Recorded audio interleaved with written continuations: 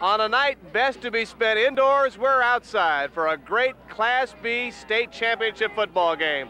Hello everybody, primetime championship football tonight from Memorial Stadium in Lincoln, where the Crete Cardinals meet up with the Elkhorn Antlers for the championship in Class B for 1996. Jim Rhodes along with former Husker All-American Tommy Frazier. And what we have here is a great defense from Elkhorn. Undefeated Elkhorn, Tommy, against Levi Mell, a 2,000-yard rusher for Crete.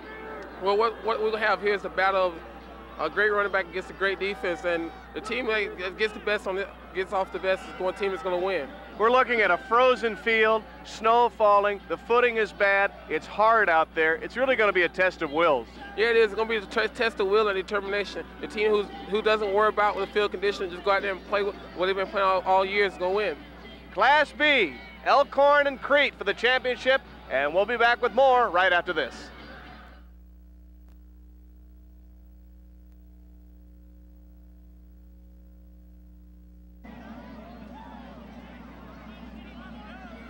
With the snow flying at Memorial Stadium in Lincoln, we expect some high-flying defense tonight between Elkhorn and Crete in the championship game of Class B. Oh, what a night, Tommy Frazier. Certainly it's not going to be easy out there, and as is the case normally with ball games involving inclement weather, with the flurries and the wind swirling, turnovers are going to be critical. Yeah, tonight I think turnovers is going to be the most important thing. We just stuff come off the field. And that field is not in good condition. Team who's able to hold onto the ball is the team that's going to win this game. Weather forecast for the Hardy bunch who have made their way into Memorial Stadium, bundled up almost so that they couldn't even recognize each other. 19 degrees at kickoff tonight. Freezing drizzle changing to flurries with the wind out of the north at 22 miles per hour. The wind chill index will be at -12. So everything is going to be iced down on the AstroTurf of Memorial Stadium. There is a thin layer of ice that has formed. It is up to maybe an eighth, or perhaps even it's possible that this could be something like a quarter of an inch along the sidelines. So you could see some injuries occur as kids hit that sheet of ice. You might see some broken bones, maybe even a dislocated shoulder or two. So the aggressiveness of the ball clubs has to be tempered a little bit, Tommy, in that you don't want to overrun people. If you overrun people, you may miss the tackle, and it could be a broken play for a touchdown. Yeah, I think you're going to see a lot of players out there taking real precautions out there, because, as you say, that the ice on the sideline is very thick, and once you hit that white spot, it could be disastrous. So they're going to be able to use a lot of precautions, but they're still going to play physical football, though. The Crete Cardinals against the Elkhorn Antlers, and we turn our attention to the voice of Memorial Stadium, Rick Schwiger. Welcome, ladies and gentlemen, to the University of Nebraska and Memorial Stadium for the Class B State Football Championship game between the visiting team Crete and the designated home team Elkhorn. Here are your team lineups, beginning with Crete. Number 10, Aaron Mustick. Number 12, Jeremy Mustick. Number 17, Dan Heineman. Number 18, Nate Harrington. Number 21, Brad Resney. Number 32, Levi Mell. Number 43, Dusty Fronbrook. Number 45, Nick DeHarsh. Number 50, Jeff Sharman. Number 56, Nate Lundstein. Number 62, Ryan Barber. Number 70, Steve Sand. Number 74, Corey Bowling. Number 77, Adam Cockworth. Number 78, James Kuna. Number 80, Adam Bartek. Number 82, Sam Bartek. Number 84, Brian Talkington. Number 87, Cody Brooks. Number 88, Brandon Roth. Number 89, Kevin James. And number 90, Brad McMillan. The head coach for Crete, Mark L. Ward. Crete High Cardinals in getting to this title game. Winners over York and McCook and Scotts Bluff, doubly impressive. The wins over McCook and Scotts Bluff coming on the road. So this ball club gets to play Marco Polo in the playoffs. The frequent flyer miles come to Crete at 11-1. The lone loss to Aurora on week 2. The defending runner-up, 20-6. Elkhorn has been magnificent as the Antlers come in undefeated, rated number 2. And again, here's Rick Schwiger. And now for the introduction of the Elkhorn Antlers. Number 4, John McMenamin. Number 5, Doug Larmore. Number 6, Kyle Ringenberg. Number 7, Andrew Schultz. Number 20, Adam Tyga.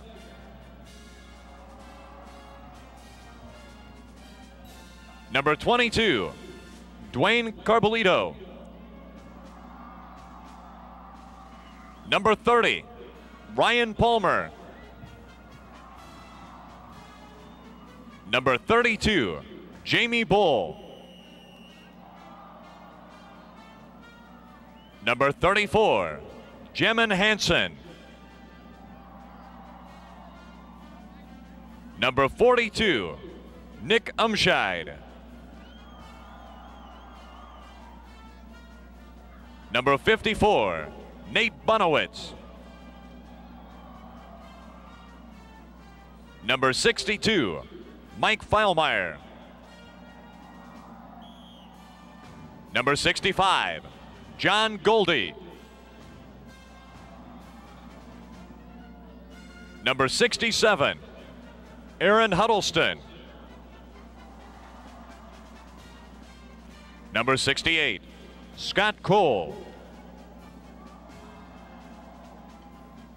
Number 69, Eric Oberemt. Number 71, Matt Brewer.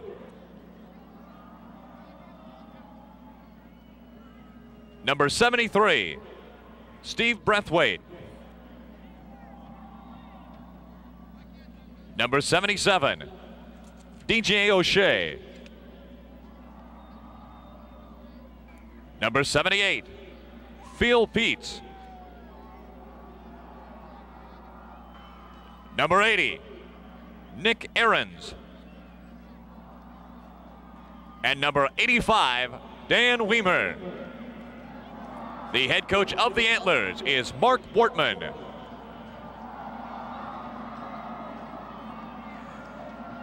What you have is a ball club that has played brilliantly all year long. 12-0. Wins over South Sioux City impressively, 55-0 in the first round of the Class B playoffs. And then Omaha Gross High, 35-7. And they knocked from the ranks of the unbeaten and snapped their 25-game win streak and knocked the defending champion out of the race, Lincoln Pius X, earlier this week by a score of 26-13. It's a team that does not have an outstanding individual player, but they do have a tremendous defensive philosophy, and they're going to need it against Levi Mell. Tommy Frazier, 2,200 yards on the ground for he this year, 24 touchdowns. He is about it for the Crete High Cardinals. Yeah, when you come into the game and you have one superior player on your team, then it's going to be hard because you know the opposing defense is going to be keen on that guy. So what's going to have to happen is that Crete is going to have to find one other player to come out and play above his normal abilities that he's shown all year. They have not had a prolific passing game. Their starting quarterback, Jeremy Mostek, 34 of 85 for 507 yards and 5 touchdowns. This is a ball club that is predicated on getting the ball to Mel and letting him do things and then taking advantage of other teams' mistakes. The problem with that against Elkhorn is that they just don't make mistakes. However, you might be just a little bit, frankly, a little bit surprised if that doesn't happen here today, because the weather conditions are so negative and the field conditions are so bad. And as we have seen throughout the playoffs of 1996, there is no question that there will be turnovers in these inclement weather conditions, and these turnovers have led to the changing of the tide in that football game. That's what Crete is hoping for, minimize mistakes, try to keep everybody healthy as Mark Wertman looks for another championship as the head coach of Elkhorn. They've won a whole ton of them.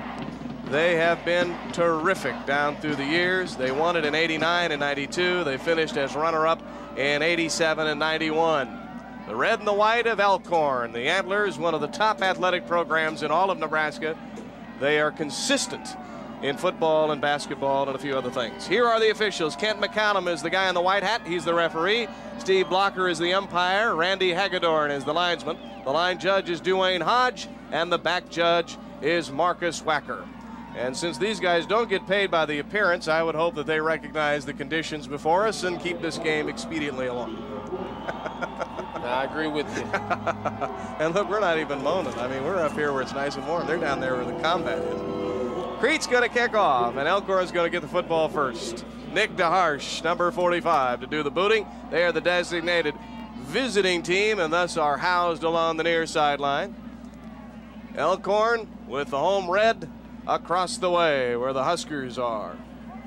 To return the kick for Elkhorn, number 1, Tyler Peterson. And he is flanked down there by number 20, Adam Tighe. Once beat Crete against perfect Elkhorn to decide Class B in '96. On a frozen night in Lincoln. Maybe at halftime they'll bring out the Zamboni machine. DeHarsh kicks the thing out of bounds. Flag in the air. Elkhorn has the opportunity to take the ball right there if they choose, and they probably will.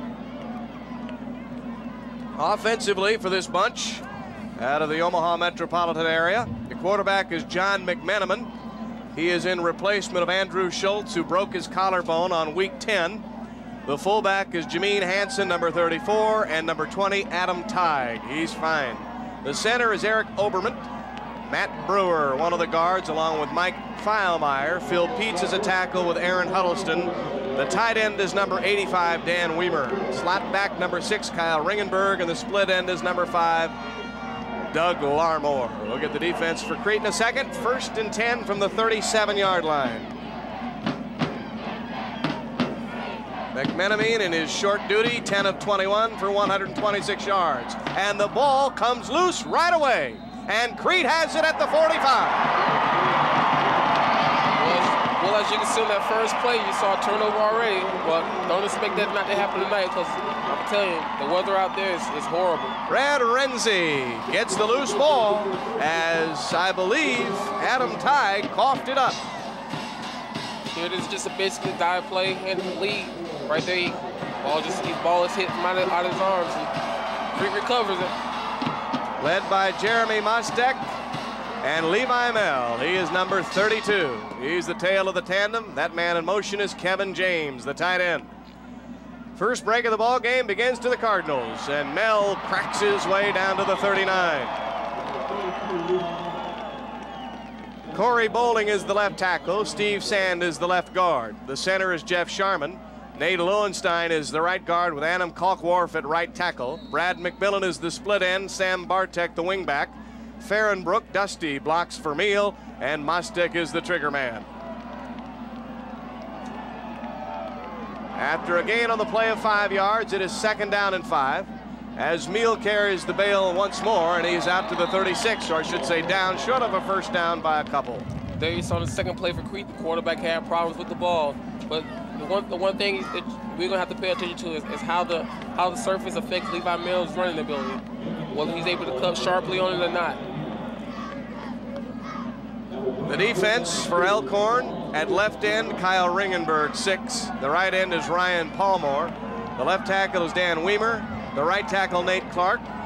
They run about a 5-man front up there, about a 53 is what it looks like, as they try for the first down on 3rd and 2, and Mail carries the ball, but he doesn't get there. There you have a strong, aggressive defensive play by that Elkhorn defense. Right then they gave the ball to Levi Mail 3 times in a row, and the 3rd time they say, hey, the 3rd time is not going to be a charm, and they really put a lick on him there. It is 4th down, and the quarterback, Mostek, asks for timeout. Gives us a chance to give you the rest of the defense. Like I said, they run all sorts of guys up there, sometimes a 6-man front, and they've got 2 defensive down people that they call defensive guards. And they are Eric Obram, number 69, and Phil Peets, number 78. So Mill and Coach Mark Ward of Crete, that you see right now, are going to have to be concerned about a lot of bodies right along the line of scrimmage. They have 2 linebackers, number 34 Hansen and number 62 Fielmeyer, and then 3 in the secondary. Dwayne Carbolito, he's number 22, number 4 McMenamine, and number 1 Tyler Peterson. Elkhorn just doesn't budge very much. They've only given 112 points in all of 96. 4th down and about 1. The nose of the football is just inside the 35-yard line of Elkhorn. Crete trying to parlay a fumble into points right away in the B title game. Mostek has the first down and a ton more. Dragged out of the 6. There you see the option play has shown his presence so far in this game. It's what happens when you have all those bodies along the line of scrimmage, Tommy Frazier, and you find yourself a crease. And on a fast track, even though it's slippery, it's fast. Mostek bolts it down there. Peterson saves the touchdown. At the 6, 1st and goal. There you see it again right there. The quarterback just tucks it up and just races for the end zone. Advantage goes to the offense on this surface. Brian Talkington is into the lineup as Mill dances inside the 1. Does he beat the pylon? No. Apparently his heel got the boundary at about the 2. That Levi Mill is trying to make his presence felt. He broke 2 tackles there, but the referee says he stepped out of bounds at the 3. Of the 6, he gets half of it. 2nd and goal. Shuttling in the play, Brad Renzi, number 21. There you see, just got a piece of the white. Tight end on the play is Kevin James to the left. And the flanker man, Renzi, is wide. Mail follows blocking, struggles, he's there, touchdown Crete. Just hard, aggressive running by Levi Mill. He was hit initially, but he kept those legs running, shows how much power and strength he has in his upper body, and leaned over for the touchdown. 9:50 in the first period, and Crete capitalizes. Here we go again right here. He takes the handoff. He's hit right there, but no, he keeps his legs going. Said, no, nothing's gonna stop me from reaching pay dirt. He reaches over and referee awards him with a touchdown. We will have an attempt by DeHarsh. The placement is down, the kick is on its way, and it is good. The fumble snaps back to get Elkhorn. On the first play from scrimmage, Ty coughs it up. It is rescued by Renzi. Crete doesn't take long to get into the end zone, and the Cardinals, the underdog Cardinals, have a lead of 7-0. Well, right now, what we saw from the Cardinals offense, they say, hey, because the field is frozen, we're still going to run the ball. We're still going to get the ball to our best player, Levi Mill, and see if the defense can stop us. And right now, that first drive, it didn't seem so. You know, this is a matter of, do you know what your kids are doing tonight? Obviously, some parents doesn't. 7-0, the Cardinals with a little bit of an advantage. because Crete's only 15 miles down the road, although Elkhorn isn't on the other side of the earth. Elkhorn is just up the road, I-80, about 40. You'll see a lot of those kids in home being sick from school next week. Maybe a couple of them in the hospital if this keeps up. Along the ground, it is scooped up by Elkhorn at the 32. And a return out to the 41. Second series for the Antlers, but they're down on the big board. Returning the football was number 34, Jameen Ohanson. It is 1st and 10 for the Antlers. You have the ball for a second time. Let's see if they can put together a sustained drive. Respond to the touchdown that was Crete just scored. It is not unusual to see the coach's son as the starting quarterback. The difference here with John McMenamin is that his dad, Joe McMenamin, is the head coach at Omaha Central, not at Elkhorn. Adam Tighe is wrestled to the turf. At least he hangs on to it this time. He's dropped for a loss back inside the 40. It was a great defensive play by Crete that time. Botched everything up at the point of attack. Crete high defense. Get it for you. Aaron Mostek is the defensive end on one side with Nick DeHarsh the other. The tackles are Kalkworth and James. Barber is the nose guard. We'll get the linebackers in a moment. They lost 2.5. It's second down, 12.5. Ball at the 40. The quarterback, McMenamin, keeps and lofts a completion and a pretty pass play for a first down. On the reception was number 88, Jason Zastrow. He's the backup split end. And notice what got him wide open. A great play action fake there. Or we take that back. I've got number 88 as Jason Zastrow, but that's not true, actually. Yeah, well, that's what I have anyway on my roster and on my sheet given by the university. I beg your pardon, by the high school. We'll try to get that sorted out for you. It is nonetheless first down. The pass play works. McMenamin does. And now they flip it on the running play to John Carlson. But Crete will have none of that, as the nose of the football was at the 43, but it will now be the 46, a drop of 3. I believe we have a penalty flag on the play. Watching here, personally, have a late hit on the play right here. The guy's down and watching it right there. That draws the flag. Referee Kent McCallum. Kevin James is the culprit on that play. 8:46 first period, 7-0 Crete. Dead ball, personal foul penalty on the white shirts. This moves the football 15 yards to the 31.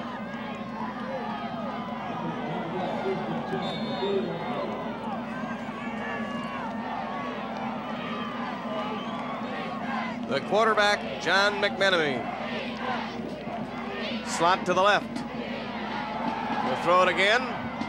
And he's got his man spinning out of bounds at the 18-yard line. The reception is made by Nick Ahrens.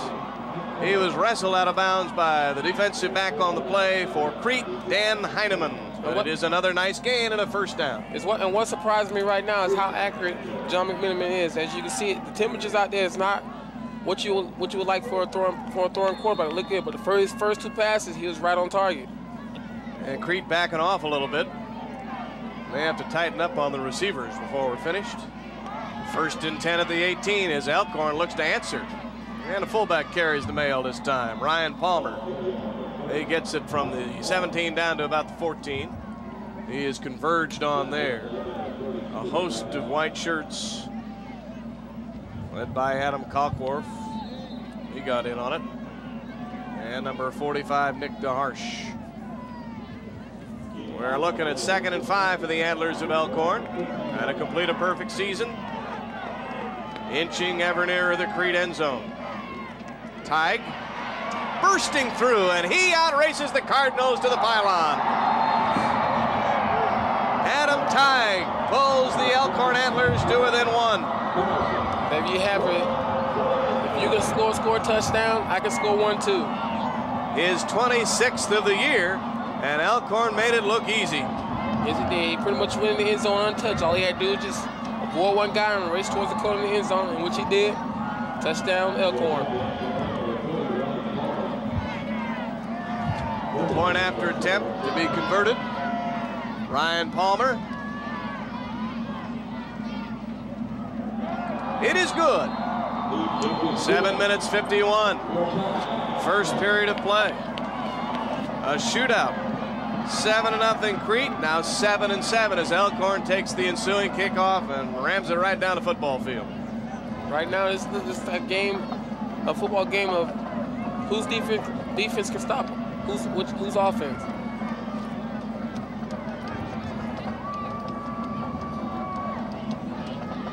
Crete's score was set up on the fumble recovery by Renzi.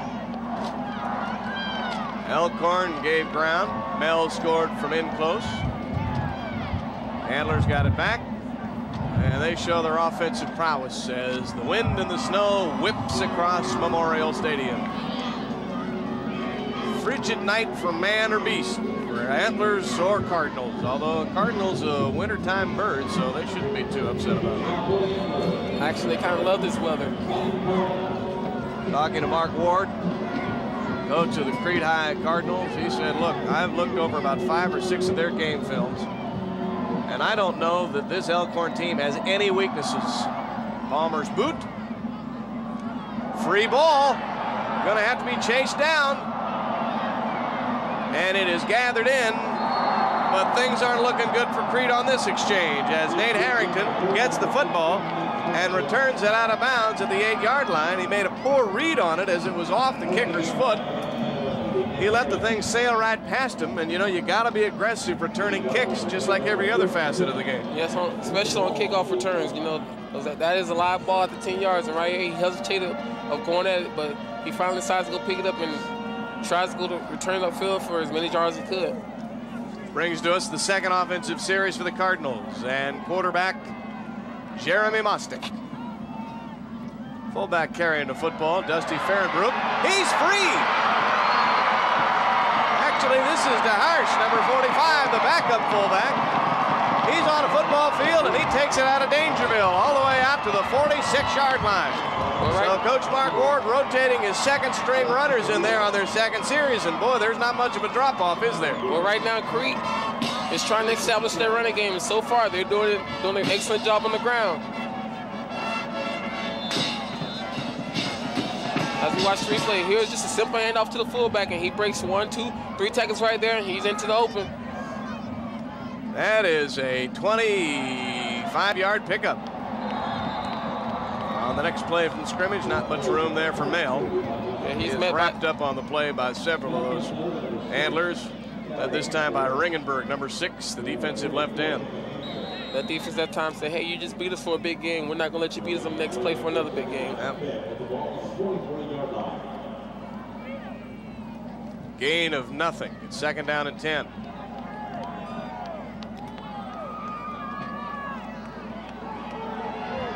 Two wideouts to Mostic's right.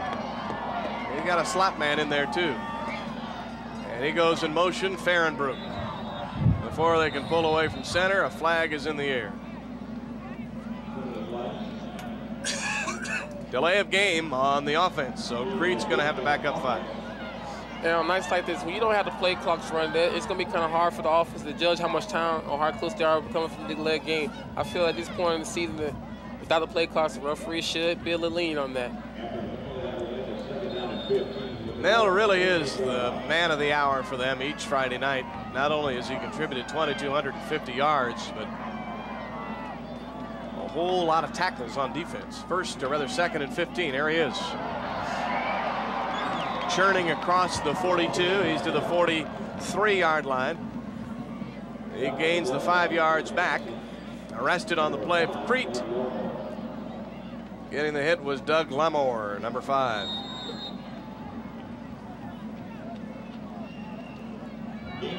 Right there, 7 of the 15. Right there, you saw a hard, aggressive run by Levi Mel. That's something that he's been doing all year, and he's going to continue doing it here tonight. Quarterback faces 3rd and 8. Again, he sends his flanker man in motion. Draw play to Mel. They block for him, and he's going to get the 1st down. Shoved out of bounds at the 40-yard line of Elkhorn. Peterson moving over, but that's exactly the kind of offense that Crete has executed brilliantly in their 11 victories. They not only went for a play that you wouldn't expect, but they gave it to a guy who can make something special happen once he clears the line of scrimmage. Look at this blocking. Here they run the draw, and as you say, it's great blocking. What they do is let everybody rush up the field, turn out. He goes up behind, receivers downfield, doing an excellent job blocking. Levi Mel. 6 minutes to play in first quarter action, tie ball game as we go inside the only warm spot here, Memorial Stadium. Mel picking his way. He has trouble then. He's down at the 40. Might have gotten one. That time that defense really stiffened it up the middle. Then they say, hey, what are you thinking? You just beat us on one long run. We're not going to let you do it 2 times in a row. Yeah, Mike Feilmuller seen enough of the back of Levi Mel. He wanted to get, he stood up right at the line of scrimmage. So he got maybe a half yard, perhaps a half, if they're lucky a half. They spot him just ahead of that stick, and it's second down and ostensibly 10 yards to go. Jeremy Mostick. He's a senior at 6'1", 185. He's going to dart it himself. The official helps across the 35 to the 33. Not a first down, but it sets up a third down and relatively short. And as you watch on this quarterback draw, I think the umpire, Steve Blocker, got in the way. He threw a good block. Well, right there. Well, right there, he was looking to throw the ball. He was looking to the right side. He had 2 receivers in the route. There was nothing there. He saw a big old opening. He took it, without hesitation. So it was 12 on 11 for one play. Option series. Keeps the football and gets the first down. Very wise not to pitch it. We have seen in these playoffs, Tommy Frazier, kids pitch the ball because they've got the trailing back. But Mostick knew what he had to get, and he had it, no problem. Yeah, that time when you're coming up into a big old crowd, sometimes some quarterbacks want to take a chance and pitch the ball and try to make a big play. But you know what you need for the first down. Get the first down, take the ball, take your chances on the next play. Tyler Peterson, another tackle. So Crete showing some moxie. Elkhorn moved it down the football field, got it in the end zone to pull even at 7-7. And now here's Crete, first and 10 at the 29. Mel gets a block. Mel breaks a tackle with a flag down to the line of scrimmage, maybe one more. To the 28 perhaps, as we sort out the laundry at 4:16 in first quarter action. That time the Elkhorn defense figured they knew what was coming. They saw the counter trap action, so they had their outside linebacker step up into the hole and wrap them up one-on-one. Holding. 15 yards. It'll be first and 25. Legal use of hands, 10 yards. First and 20 for Crete. Cardinals had to feel like this was a home game, Tommy, with all the traveling they had to do to get here. McCook is not next door. Scotts Bluff, many believe, should be part of Wyoming. So for them to handle all of that bus travel and still have enough juice to get into the title game means they ought to have something on their side. Well, that's the way it is. Sometimes you have to make sacrifices and do the things that you don't want to do in order to get here to the championship game. Mostick tries to thread one between 2 of the Antlers. Kevin James is collared down. Heavy hitting put on the play by Ringenberg, the left end, who is trailing the tight end. No flag, despite the pleas by the Crete High fans beneath us. Yeah, everyone's out here.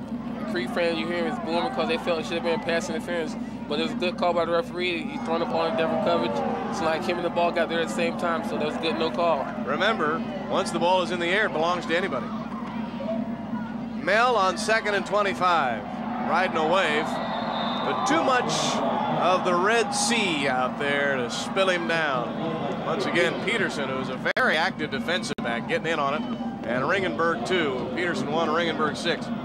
He didn't get much. It's third down at about 18, only 2 after the incomplete pass and then the running play as Mark Ward paces the Crete sidelines. His team has never won the title, but they've had a good run of success in the last few years. Right there, you saw the great physical dominance of the Elkhorn defense.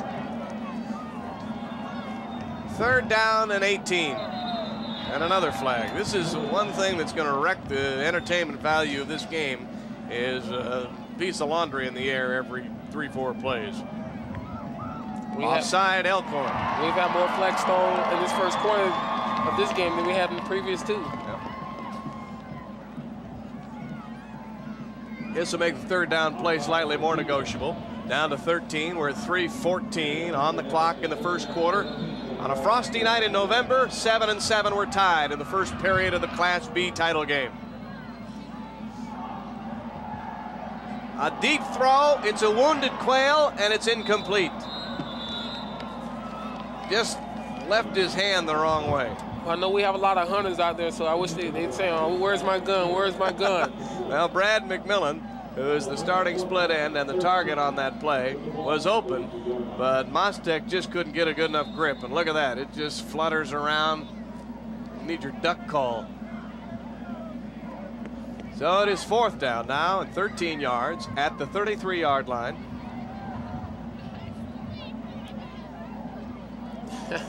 Sure, we got a few people dressed for a duck blind, so we'll say it's wounded duck. Now they're going to go for it here, 33-yard line in a 7-7 ball game, but they can't get it off. Like I say, the officials must have loved this weather out here, because they sure are making this game go longer than it should. Illegal procedure, actually. They didn't have somebody lined up along the line of scrimmage. No, but so far the officials doing a great job. They have to call what they see. They can't make it speed the game up because of the weather. If they see something, they have to call it because they're doing their job. This is their best way to stay warm. Fourth down and 18 now, as that encroachment penalty has been ostensibly erased. And a quick pitch, and Mel's going to let her rip. There's some spin on that, and he's got his man wide open at the 5.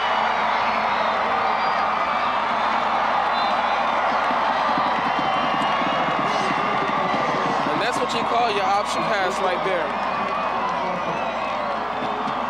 Well, the option worked beautifully as Sam Bartak reels in a long one. Not only can Levi Mayer run the ball, he's shown right here he has a fine arm too. Watch him elude the rush. Maybe this guy needs to be a quarterback. Right there, you see him avoid the rush, gain his composure, get a good grip on the ball, throw the ball down the field. You gotta love it on fourth down with that kind of razzle-dazzle. And now Mostek has his ball club in business inside the 5. He runs into stiff resistance in there as Elkhorn comes hitting hard, and Jameen Hansen puts a stop to Mostek. Right there, what happened there, Mostek? I think he's looking right now too much to cut the ball, cut the ball up under. What he needs to do, just go ahead and run the option like it's supposed to be ran. Don't look to come out. If the cut up lane comes, take it. If not, bring it. Keep taking it to the outside. Second down and goal, 5-yard line. Mel the lone setback. 5 men up front in red shirts for Elkhorn.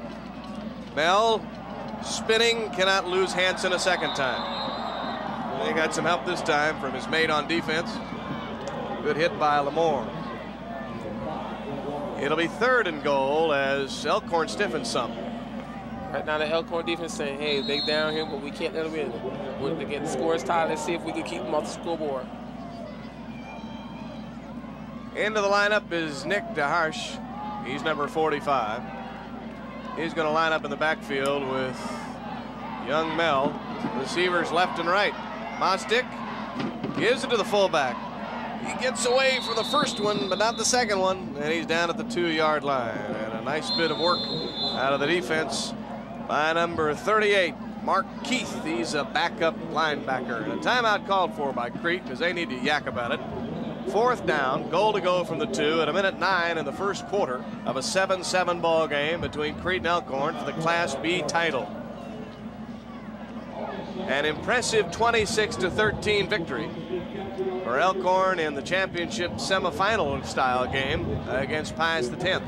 That's the best way to stay warm. Make a friend. And that's his father. As you can tell, he's happy to be on the big screen TVs here at Memorial Stadium. And there you see a band member who doesn't know whether to play or just stand here and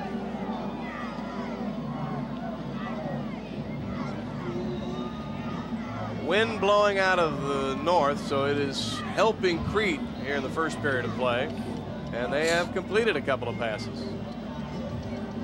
About 15 to 25 miles an hour. The chill of the wind is really despicable. It's down to -12. They're going to go for it on 4th and goal from the 2-yard line. I ought to give it to Mel, see what he can do. Option play for Mostick, and he ducks it in there for the score.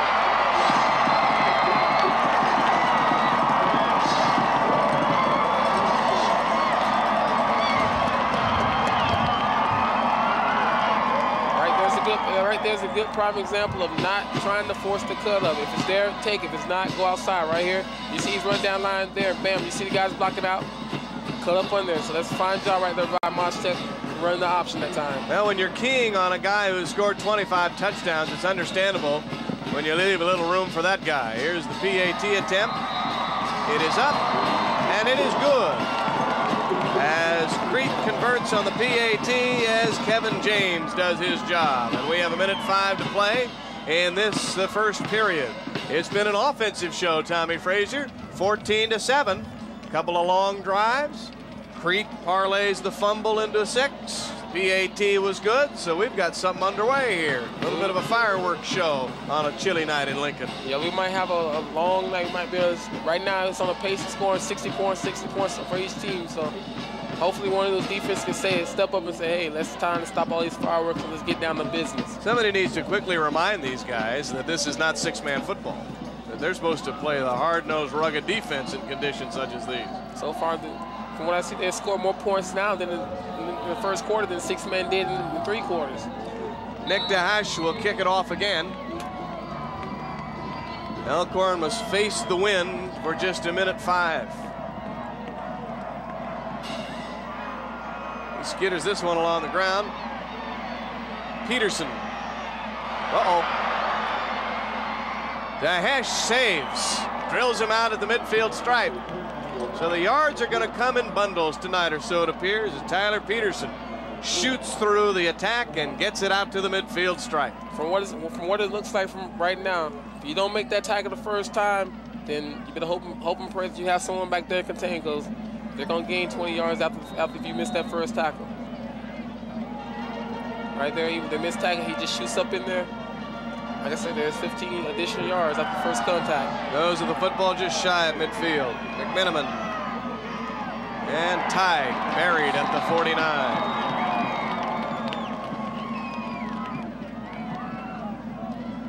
Tough hitting on the inside of the Crete defense. Good work by Adam Kalkwarth. Linebackers, Brandon Roth and Mel. Bartek is also one of those. They run a 4-3. Brad McMillian is a cornerback with Renzi and Dan Heineman, the free safety, number 17. Second down, ostensibly 10 for Elkhorn. Mel, a second try. This time he has stood up, but he does clear the midfield stripe and gets to about the 47. Right now, Elkhorn is trying to respond to the touchdown that Crete just scored. Mel put the wood to it. Right now, Crete saying, hey, we just scored, can you do better? Elkhorn say first say yes, we can do better. Crete went back down to score. Can Elkhorn respond? We'll see. Third down, about 6. As they work on Crete down, folks.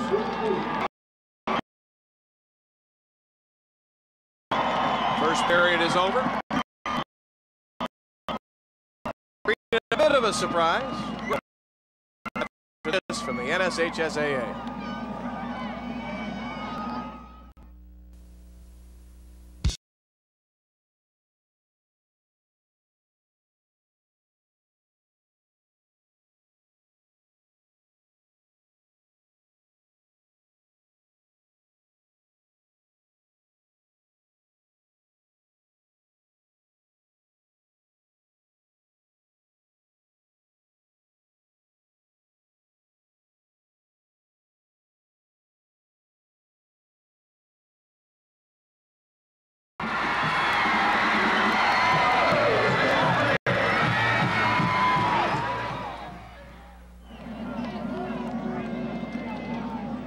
Jim Rose and Tommy Frazier, Memorial Stadium for the Class B title. Welcome here. Elkhorn and Crete. Cardinals in a mild upset, 14-7. Elkhorn has it, third down. About 6 from the 47-yard line of Crete. McMiniman with time. Incomplete, out of the reach of his target, Nick Ahrens. There what you saw. It wasn't that the pass was badly thrown. What had happened was the turf is getting to the receivers. Right now, he had to take extra time to get out of the break.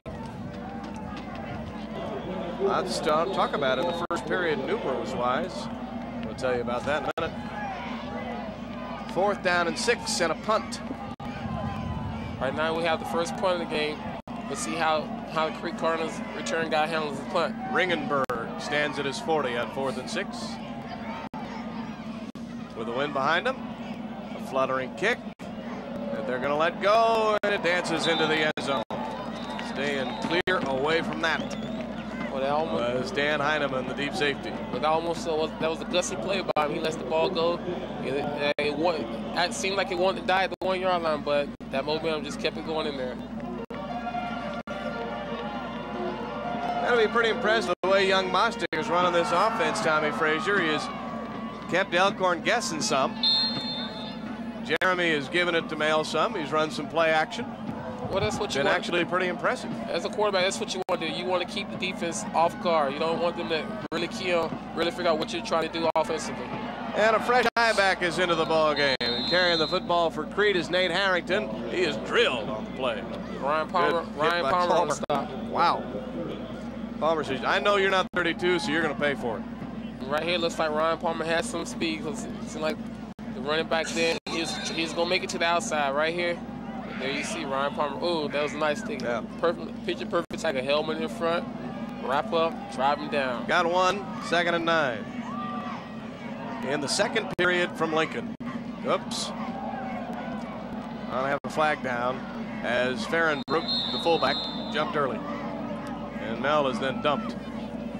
It's a cost of 5 yards. It was a free down. And we'll move it back to about the 16. So it's been kind of messy.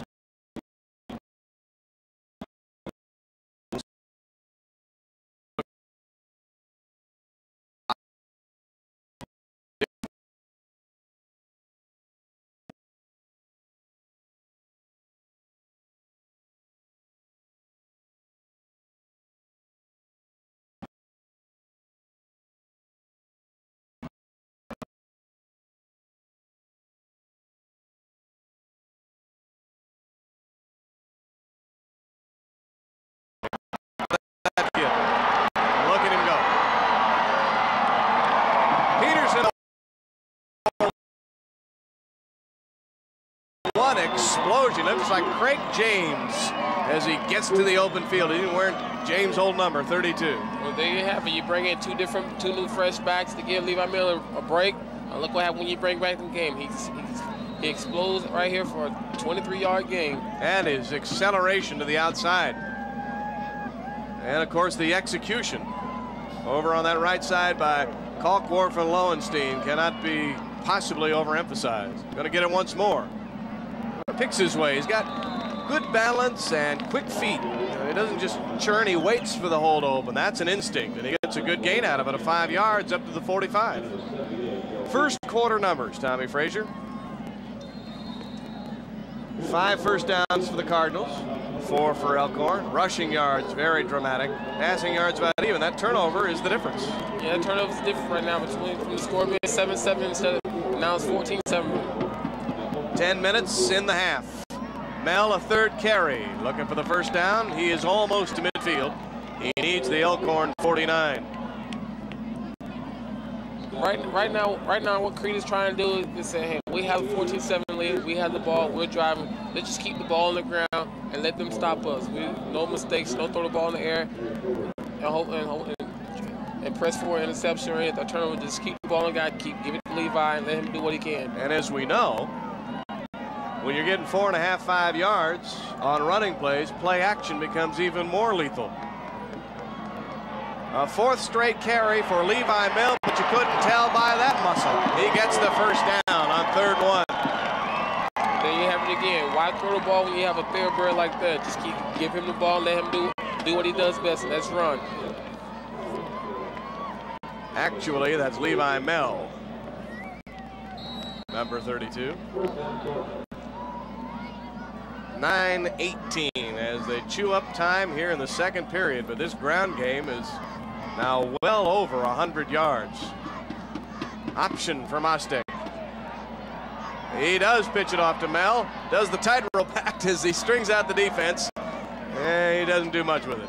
Maybe back to the line of scrimmage. And there you see the turf has something to do with it. The surface has something to do with it. Or if the surface it didn't have as much ice on it, he could have caught that pitch and went right field. But now it's like ice out there, so he had to tap dance or tightrope down the sideline just so he could stay in bounds and be able to turn his shoulders upfield. That was good work by Steve Braithwaite. He's the backup left guard on the defense for Elkhorn. He made some yardage up in a hurry. A big horse like that jumping over blockers, you get over there and make the play. Second down and about 9.5. See if Mostek utilizes these receivers. Nope, going to stay right with the horse that carries this wagon. And the fumble. There's a ball on the floor, and it is open, and Crete ain't getting it back. Well, there we have it. One turnover apiece now. Crete took Elkhorn's first fumble down. Score. Let's see if Elkhorn can return the favor. Let's see which favor went to which Elkhorn Antler. Who got the football? There it is, and it belongs to number 6, Kyle Ringenberg. Here we see it again, right? It's hard to see where the ball came out, but we know it came out. Now we're even in the turnover department. If Elkhorn can capitalize as Crete did. McMenamin throwing the football. He's got his man.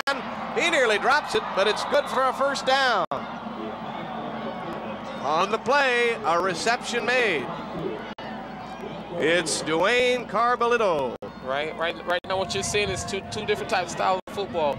You see Crete running the ball, and then now you see Elkhorn the play action pass, right? And both teams have been very successful in what they're trying to do. Carbolito hauls it in. He got it past the DB on the play, Heineman. First and 10, 44-yard line of Crete. I formation.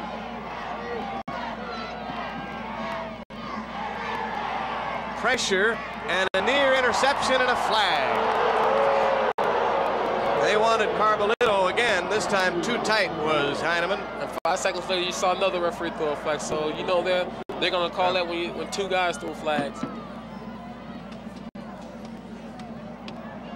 Here's a replay of that play, right there. Yep, well ahead of the ball. Great call. So Heineman grows goat horns, and this is going to cost the Cardinals 15 yards. Put the football down at about the 39.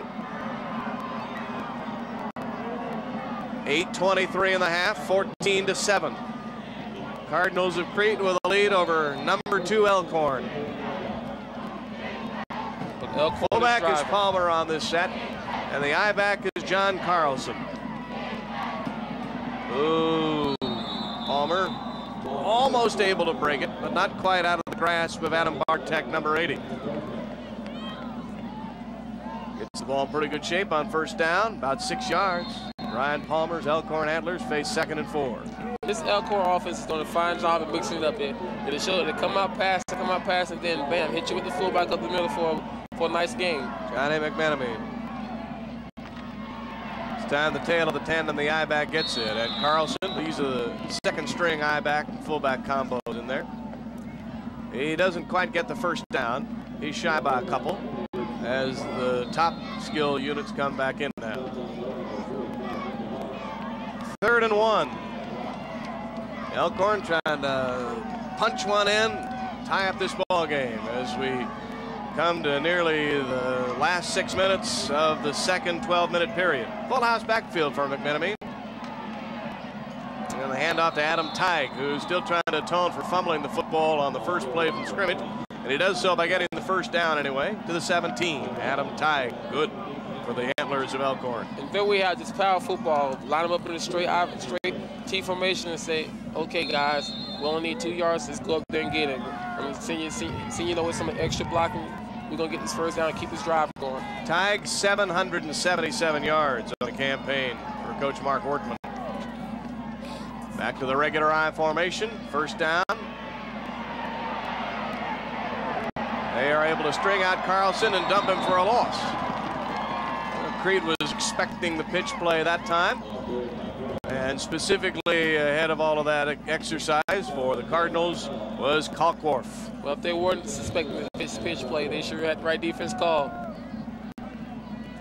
But as you can see right there, it's hard for these guys to cut on the surface. 6:33 in the second period, 2nd and 10. On the end around, they give it away, and Carbolito does the rope back and is just out of bounds as he can't keep his footing, which is not difficult to imagine given the ice that is formed on the sidelines down there. They put him down inside the 10 at the 9.5, shy of the first down by 1. But notice this, he was able to break a tackle to gain 7 yards. He was wrapped up in the backfield initially, right here. As you see, he fights off the block. He was initially grabbed the backfield, but he was able to break that tackle and gain 7 yards. Well, actually 9 yards. The running play gets the first down, I believe. Very close anyway. See where they spot the football, yeah. It'll be near the 5. Tighe carries the mail, and it is 1st and goal for the Antlers of Elkhorn. It's just right here, just good old-fashioned football. Mix it up with some play action and then drive it down that Crete's throat. No need to pass when you're getting the ball where you need it to be on the ground. And here's Tighe spinning and moving and down at the 3. Brandon Roth, number 88, waited patiently, shed his blocker, and took care of Adam Tighe, who has been very productive inside the red zone of the opposing defense. He has now scored 26 times this year. 2nd and goal from the 4. Tighe follows 2 blockers, burrows toward the goal line, down at the 1. Right now, you see Elkhorn trying to pound it. They don't want to try anything fancy. They're down here inside the 5-yard line. Why try anything fancy? Send it right up the middle. Big old Carkworth would not be pushed any further. 3rd down and goal. McMenamine himself stretches the body over the goal line, and he's in there for the touchdown. What a bruising drive that was by the Antlers of Elkhorn. Tommy Frazier to pull to within 1. Yes, it was, and that's what Elkhorn wanted to do. Crete went down and scored, and now Elkhorn came back and answered. So right now, this is what you want in a football game. One team goes down and score, the other team answers. Palmer to attempt the tying PAT. Out of the hold of McMenamine. Hooked it. It looked like one of my sand wedges. Crete holds the lead by 1, 14-13 at 5:17 to go. Well, that could have been one of your drives. There's a happy Antler after that long drive that resulted in 6, but they didn't pull even. They'll have to do that next time. Crete gets the ball back, but now we're really beginning to even up in the rushing category. Take away the long runs that have been a part of Lance Mel. Very balanced attack by Elkhorn. 54 yards rushing, 41 passing. And that's a pretty healthy number for a rotten night. 48:04 in to watch the B title game. In '96, that is second only to the Class A title game, which drew about 8,500. But 54 yards rushing, 41 yards passing for Elkhorn. A lot of rushing and not much passing for Mostek and Crete. But they still lead it by 1, 14-13, and we've still got 5:17 to play in second quarter action. This has turned out to be a great football game. One team takes down the score, the other team answers. Palmer's knuckleball is taken off a hop. And with an airborne tackle, down on the play for Crete is Dusty Fahrenbrook, number 43. He'll get it out across the 30 to the 31, where it's 1st and 10 for the white shirts and the red pants of Crete High. Right there, he takes it off the first bounce, takes it up the middle. Hey, don't try anything fancy. I'm just going to run straight up the field and get as many yards as I can. Power in the Central East Conference. School Crete, an enrollment of about 368. 1st and 10 at the 32. Mostek and Mel. This time they can't get free from the look of Nate Clark, number 63. And there's that stingy defense of Elkhorn. Not giving up many yards up the middle. One of these days, one of these defenses is going to finally get the better of it, and we'll see a punt. But with a successful ground game that both Elkhorn and Crete employ, that's just exactly what a coach wants on a chilly night and trying to win this kind of a ball game, where you don't want to shoot out as much as you want to control the football. And that's what you practice. That's what you practice. You practice the way you play. Both teams, from what I understand, they practice controlling the ball on the ground. That's exactly what they're doing right now. And there's Lance Mell on 2nd and 12, getting 10.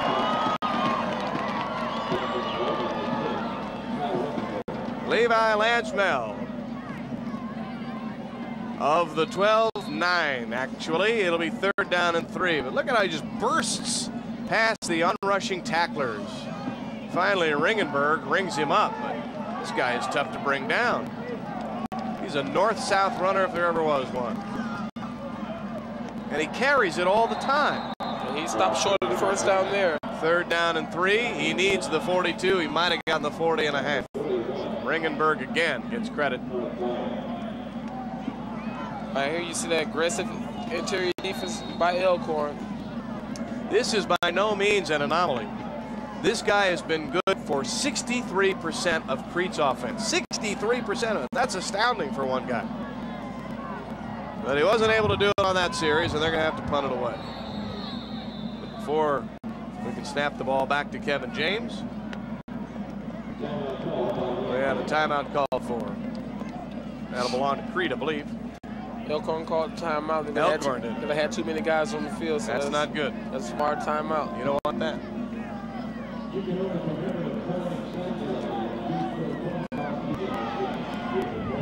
You watch how Mel takes care of things in the 2nd half, because in fact, this guy truly has the durability to stay effective at the end of the game. But really, how they use him isn't very complex. Ward said we really run multiple formations from the single back set, so there are a lot of things to manipulate the secondary, but it's pretty simple. We do some trapping, we do some zone blocking, we just try to run power football. We're not going to have you chase us all over the field. You just try to stop our guy. With the guy size of Levi Mell, you don't need to do all that trapping this time. Just give him the ball, let him rush straight ahead. Here's James now on 4th down and 2 from the 40. High snap. He reels it in and boots it high into the wind. You can tell how frigid it is on the turf down there. They tag it down at the 42-yard line. Elkhorn in pretty good shape. 3:17 to play in the period. 2nd quarter. Down on the big board 14-13, trying to warm up their fans. Crete had a lead of 7-0. Elkhorn tied it. Then it was 14-7. Elkhorn came back, blew the PAT. So the Cardinals in a mild upset with a 1-point lead. But here's Messer McMenamin. Play action faking. He's got his man. Ringenberg breaking a tackle. Gonna get him at the 5. There you have that play action pass sneak in. What they're doing is faking the dive, faking the counter sweep, hitting the guy on the flat, let him use his athletic ability, use his speed. A breakdown on defense. Everybody was paying too much attention to the running game, and McMenamin makes them pay for it. As you can see right there, Ringenberg. A missed tackle right there. Now all he has to do is just run and try to outrun the guys. He drags the defender for about 10 yards before he's finally brought down. Tig is bowled over at the line of scrimmage. Heavy pop put on the play by Mel.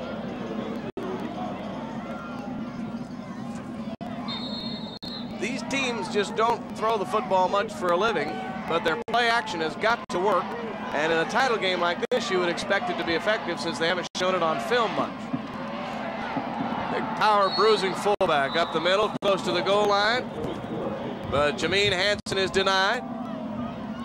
He tries to give Elkhorn its first lead of the ball game. And that's what you call a north-south runner. He took the hand off and just kept straight. He didn't change path. He didn't try to go around. He just ran right through the guy's chest. He's just pushing Mel back that time. It's 3rd and goal. They get it? No, sir. That time the Crete interior defense won the battle. What a hit applied by Dahesh. It means 4th down. instead of the goal line. And Elkhorn needs to yak about this. Minute 43, period 2. 14-13, Crete with the lead. Trying to keep Elkhorn from getting their first advantage. That's how far they are from the goal line, just 1 yard. Workman, when Crete gets the ball back, had a lot to say about Mel, as many do. You'll see him run the ball for 40 or 50 yards, thinking he's huffing and puffing, come back the next play and get dropped for 2. Next play, burst up the middle for 12. He was almost the most remarkable of the players that you'll see in Class B. They just block well, give him holes to run through, and that's exactly what happens. Now, Elkhorn's a little bit more diversified. They run a variety of sets. You've seen the power set, several guys in the backfield. They run a little option. And the amazing thing about it, this guy's playing both sides of the ball, so you can tell that his condition is good, because on nights like this, when you run the ball as much as he has, and play as much defense as he has, he's tired, but he's out there playing full speed. 4th and goal at the 1. McMenemy himself, I don't know that he got it. It's going to be a critical call. Both players are saying the other thing. He didn't get it. Crete holds. Well, that is spectacular defense against a very powerful offense. That is a great goal line standstill. They kept him out of there. With a minute 34 and a half, the lead for the moment is preserved, as everybody wearing a white shirt got around McMenemy. And there are 2 schools of thought on a quarterback sneak. Number 1, you don't have far to go, so you just want to follow your center. But number 2, if you don't get any traction or any forward thrust, you can get stopped more often than not.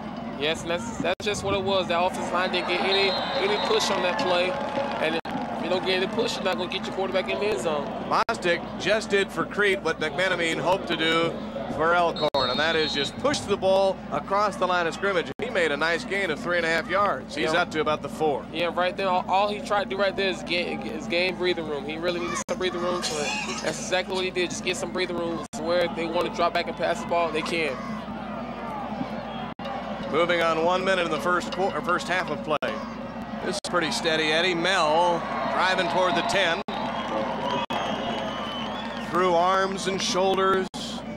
Levi Mel for near a first down. It'll be 3rd and 1. Just watch how he breaks through everybody. This is a good look at him. From the top of the eye, just bursts right through everybody and just drags a few guys. That's a sign of a good, hard runner. He'd be good in a human demolition derby. Crete wants to get 1 more play off and let this first half finish. 3rd down and 1.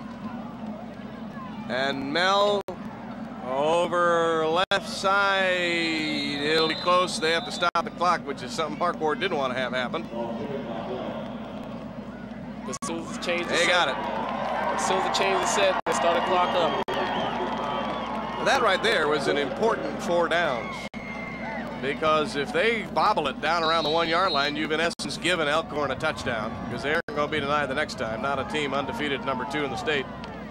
So to get that first down and have to run 1 more has been a big plus. Halftime is here. Little mild upset going. Number 6 Crete at 11 and 1 with a 14-13 lead over number 2 and undefeated Elkhorn in the 1996 Class B State High School Championship game from Memorial Stadium. We'll return right after you hear this.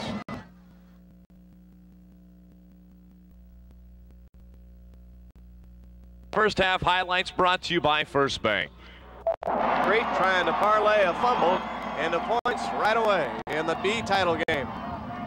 Mostek has the first down and a ton more. Dragged out of the 6.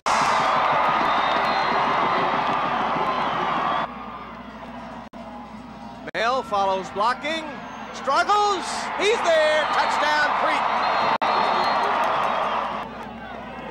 Inching ever nearer the Crete end zone. Tig bursting through, and he outraces the Cardinals to the pylon. Adam Tig pulls the Elkhorn Antlers to within 1. Jeremy Mostek Fullback carrying the football, Dusty Fahrenbrook.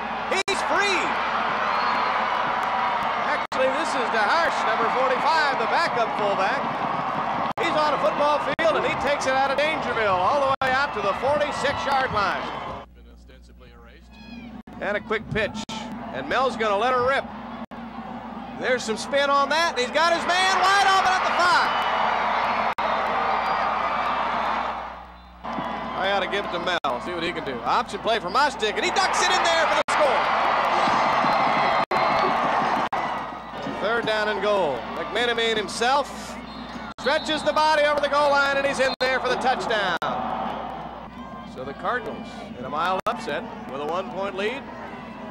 But here's Messer McMenemy. Play action faking. He's got his man. Regenberg breaking a tackle. Gonna get him at the 5. He's tired, but he's out there playing full speed. 4th and goal at the 1. McMenemy himself, I don't know that he got it. It's gonna be a critical Both players are saying the other thing. He didn't get it. Crete holds. Well, that is lots of excitement in the first half of play, Tommy Frazier, as these two teams play a 14-13 game with just 24 minutes of football remaining in the high school football season in Nebraska. This is the last title game of the playoff set, and Crete has a 14-13 lead. It was an impressive first half offensively for both ball clubs. Yeah, I think what happened was each team got caught up until, well, we can't get any traction out here, so we're just going to run the ball. And, no defense, neither one of the team's defense was able to stop the other team from moving the ball. Some of the numerals in the first half. 9-8, Elkhorn with one more first down, but look at the rushing yards, and of that 171, Mr. Mel has been responsible for 90 of them, although he's carried the ball a lot, 24 times. The leading rusher is Adam Teig, 24 yards on 8 carries for him, 4 of 5 through the air for McMenamin. That was nice. Mostick has not completed a pass. And of course the penalties are stacking up some. Crete has 5. Elkhorn 1. The time of possession very heavily weighted in favor of Crete. 15 minutes of time of possession for Crete. They ran off 36 plays. Just 8 minutes of time for Elkhorn. They ran off 25 plays. There were no interceptions, but a couple of fumbles. Each team lost one. Crete was able to get theirs into the end zone. The only thing that really matters is the fact that we have a 1-point game. Crete with an edge of just 14-13 over Elkhorn here in the first half of play at Memorial Stadium.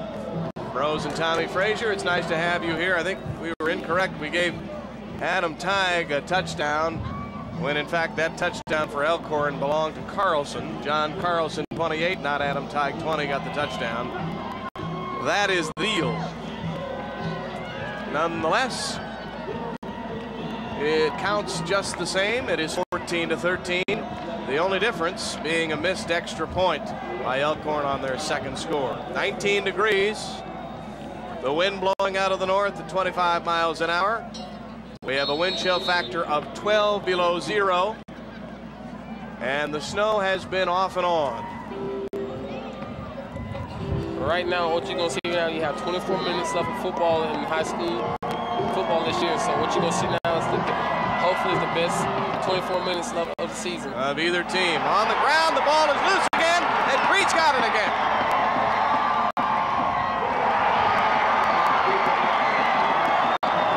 There you have it. The opening kickoff is fumbled away by Elkhorn, and Crete's recovered. As you know, in the first half, Crete took the turnover fumble that they had earlier in for a touchdown. Let's see if they can do it again. Brandon Roth kicked the ball on the ground. So some interesting coaching by Mark Ward, the coach of Crete. He elects to try an onside kick. With the weather deteriorating as it is, this may be just the break that Crete needs to get a little cushion.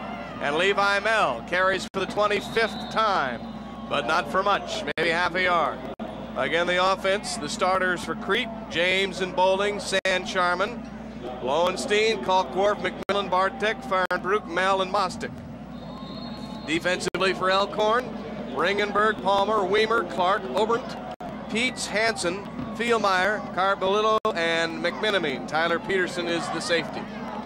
You can see the snow whipping across. Second down, 9.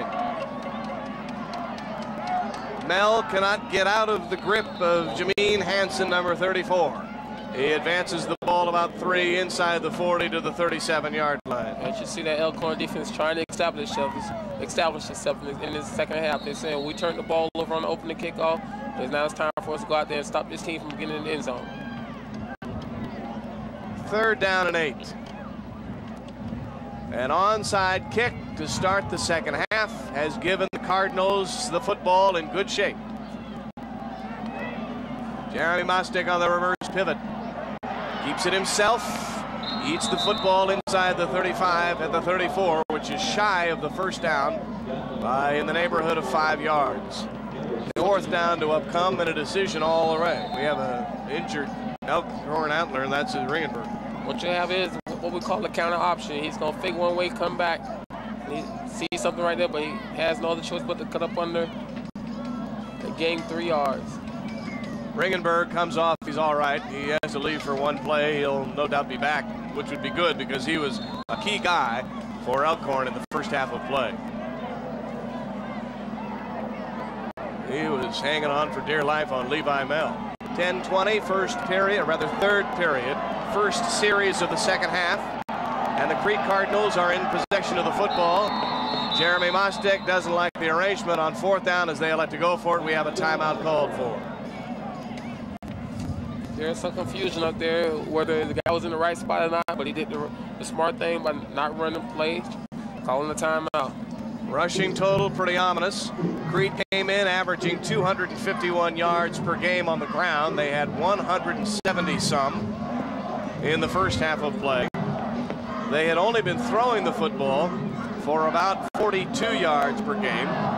So this is not what you would call a juggernaut offense. Conversely, Elkhorn is. They average 300 yards per game on the ground, but they only have 58 through the first half. So indeed, the lead sentence has been the extraordinary performance of the Crete defense. Fourth down and 4. Mel looking for a seam, stretches the body, doesn't get one. The fourth down and 4 gets them only 3, and they turn it over on downs. Here is Elkhorn's opening possession of half number 2. He has carried the football now 27 times, and we have not even cleared 10 minutes in the third quarter. In that first drive of the second half, Crete really looked very conservative there. They didn't try anything special. They didn't try anything really to take advantage of that turnover. They looked very conservative on one thing. They're having problems adjusting to something that Elkhorn's doing in the second half. Oberimp, Brewer, Failmeyer, Peets, Huddleston, and Weimer up front for Elkhorn. The rest of them in Minnesota. Here's John McManamine, and a swing pass to Ringenberg. Mel dogs him down at about, the 35.5. Throws him out of bounds after a gain of roughly 5. The starting quarterback, John McManamine. The split end is Doug Larmore. We've also seen some Nick Aarons. The slot man is Ringenberg, who just caught that pass. But a long pass play to Carbolillo was just as impressive in the first half. Jameen Hansen is the fullback with Adam Teig, number 20. The tailback, we've also seen some John Carlson. Jumping along the defensive front, we had movement along the offensive front. This might be Phil Peets' responsibility. Indeed, 5 yards. It'll be second down and more like 11. That's one thing Coach hates to see. They gain 5 yards on first down, makes it second and 5, and they get that penalty. So virtually, it's like a no gain for first down, and now it's second and 11. The officials, the referee, the man in the white hat, Kent McCallum. We'll run down the others for you at our next opportunity. Out of the eye, second and 11. Elkhorn at the 31-yard line. Play action faking. McManamine throwing, incomplete, and a pretty defensive play turned in by the cover man, Brad Renzi. That was a great play by Brad Renzi. What he did, came by and knocked a sure catch right out the hands of the tight end just then. Third down and 11. As he read the pass beautifully and broke it up. There you have play action fake. The receiver, he has the receiver wide open there. Watch the makeup ground that the defensive back shows right there. Perfect timing on the play too, Tommy Frazier. 3rd and 11, 31. McManaman's got a rush, delivers the pass. It is complete, but not for a first down. On the reception was Dan Weimer, the tight end. He needed to get to about the 42. He reached only the 38, and he was quickly hemmed in by Crete's linebackers. Right there, that was a good safe pass. He saw that he didn't have anything downfield, so he just found his tight end and hit him for the quick short yard, get him a couple yards where they can try their best to hit him deep in their territory. Ringenberg to boot. Heineman deep. Good punt into the wind. Heineman gets her catch, fumbles of course, and then is buried at the 27. We have not seen, I think, 2 consecutive punts or kicks fielded all day long. And with the wind whipping and blowing and with the snow falling, you can't be surprised. It's 1st and 10 for Crete. Second series of this second half. 8:30 to play, period 3. 14-13. They still got a 1-point lead. Yeah, out here with this one, it's going to be kind of hard to catch any type of ball that's kicked.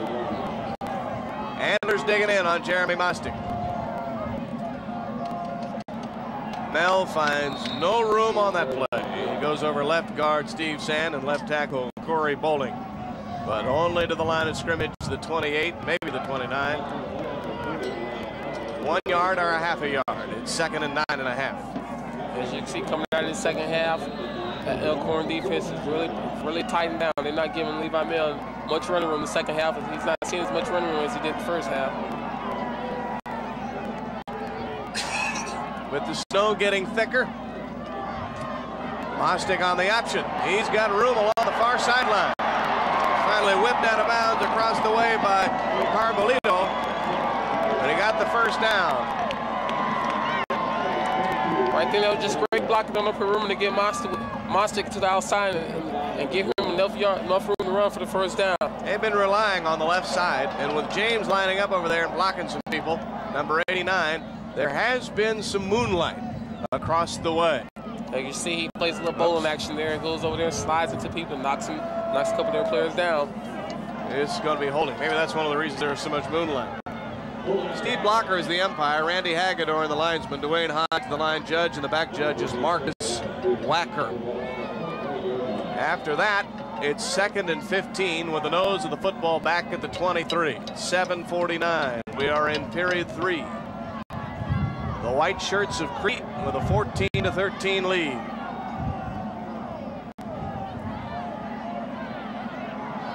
Lunging to catch the pitch and making something out of it. That's when Mel hits the skating rink on the near boundary. You saw what happened. He got a lot of that 15 back. They're going to say he's officially out at the 33, which sets up a 3rd down. And about 6, so 9 yards, and watch him stretch the arms out to catch this wobbly pitch. Yeah, if you want to know how icy it is on that sideline, just watch this. Whoop. Demolition derby right there. I'm amazed we haven't had any dislocated bones.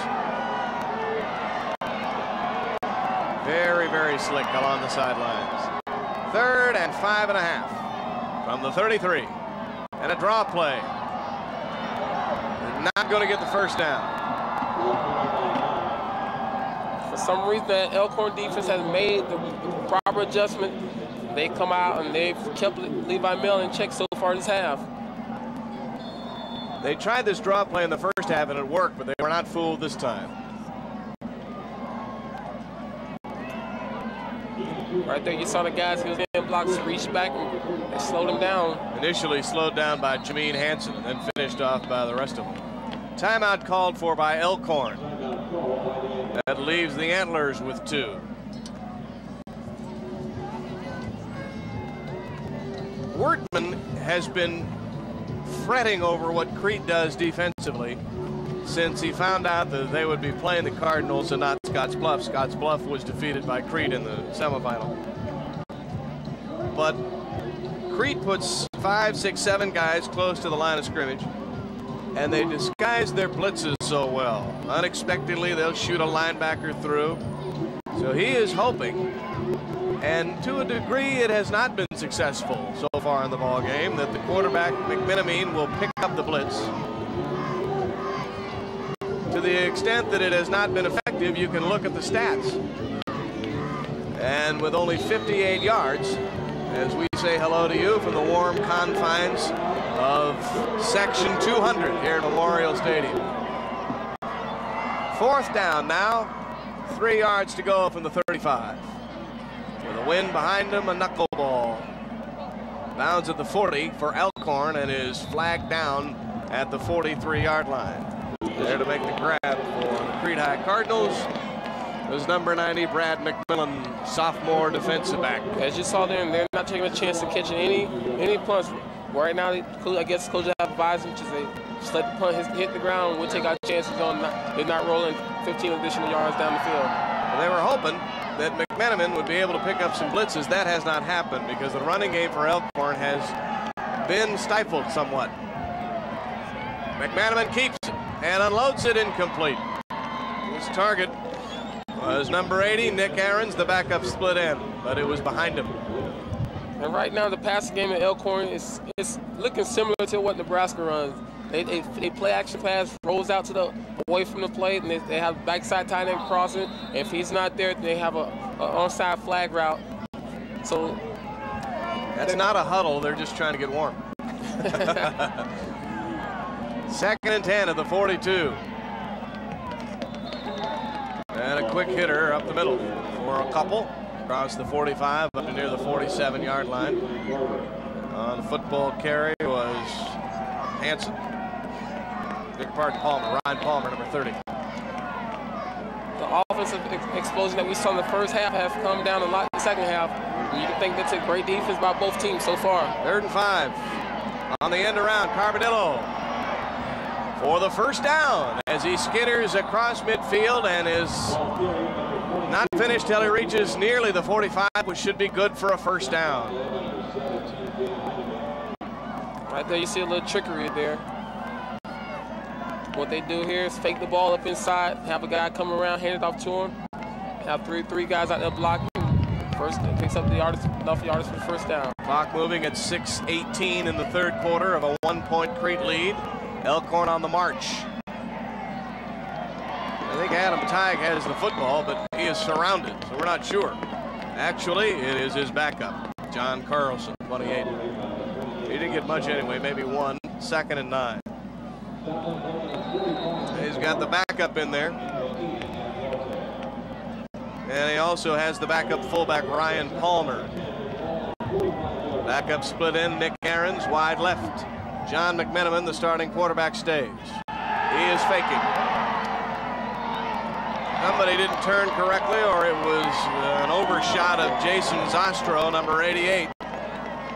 One of the two, or he was hoping for a piece of Nick Ahrens about 10 yards further. But you can see this ball is in no man's land. And what happened then, he had to throw the ball right before he wanted to, because they came with a corner blitz to that side, so he didn't have enough time to set and read. He had to get rid of the ball before he took a real shot. You just get the feeling Elkhorn isn't comfortable throwing it. 3rd down and 10 at the 45. On a draw play. Palmer spinning. He takes a seat a yard short. And who other than Levi Mell to keep him from the forward stick. Palmer comes up shy. It's 4th down. They might have to give it up. Which is interesting strategy here. They are at the 36-yard line, and maybe that's why they're not going to give it up. They got the running team out there. 4th and 2. If they don't get it, it's still the 37. And in these weather conditions, you got to figure Crete isn't going to be in good shape offensively. Down by 1. Adam Teig may not have made it. It's going to be awfully close, Tommy Frazier, as the line judge comes in to put his foot down where he thinks the ball should be down. From here, he didn't get it. No, he didn't get it. He's about a half a yard short. Although Kent McCallum, the referee, is going to take his time and measure it out. 4:54, 3rd quarter. Just not much of a flush here offensively. Well, you're not seeing that great offensive dominance that you saw in the first half, and you can blame on great defensive adjustment by both teams. There you have it. He missed it by a half a yard. Crete has done a wonderful job along the defensive front. They held Elkhorn out of the end zone on 4th down and 1 in the second period. And here they stop them on 4th and 2 at their own 37. So with a tick or two under 5 minutes to go in the third quarter, the Crete High Cardinals keep chugging along. We're a long way from being finished. It's only a 14-13 game, and there are still 5 minutes to be played in the third quarter. But Crete has done everything right so far. Levi Mill nearly lost the football. Tackling the ball and getting a piece of him in the exchange was Mike Feilmeyer, defensive guard number 62. And once again, you haven't seen Levi Mill get on track this half wet. I don't know what Elkhorn did defensively, but it sure is working right now. He hasn't been able to get it loose for those big 10, 15, 20, 30-yard gains as he was in the first half. His durability cannot possibly be overemphasized, and I'll tell you why in a moment. Play action faking. Mostic gets hit, throws the ball. He's wide open and drops it. Renzi couldn't reel it in. Well, it's going to be a long walk back to the hole for Renzi. Even with the gloves. Well, instead of him walking to the huddle, he's walking to the sideline when you have to hear from the coaches. Right here is a great play action fake. 2 guys on 1. He picks the right guy. The ball was there. He just didn't look it all the way, and he was thinking about running before he caught it.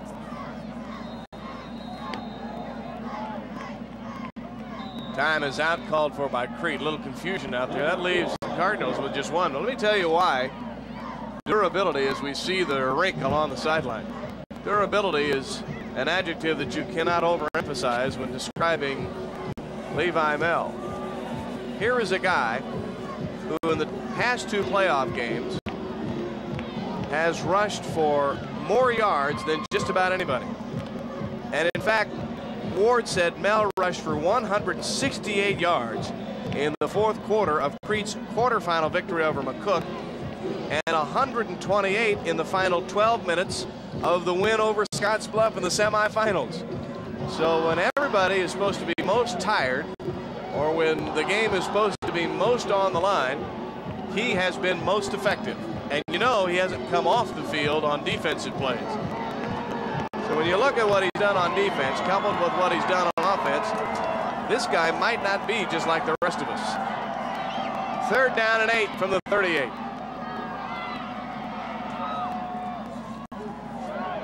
Fullback getting free, and Farrenbrook is going to be near a first down. They were keying on Mel, and they handed it off to their trusty fullback, Dusty Farrenbrook. That's exactly what you want. You get a ball to Mel so much this half, sneaking in to the fullback. Everyone thinks that you're going down the line for an option, but what do they forget about? That fullback. On an option play, the fullback can be the most dangerous runner on the field.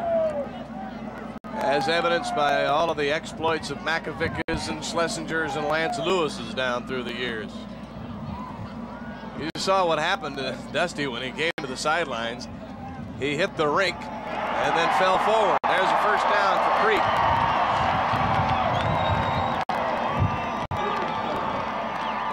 The nose of the football is at the 44-yard line and is getting more and more difficult to see the yard markers as the snow falls in Lincoln. Well, we were lucky. At least the snow waited until late at night.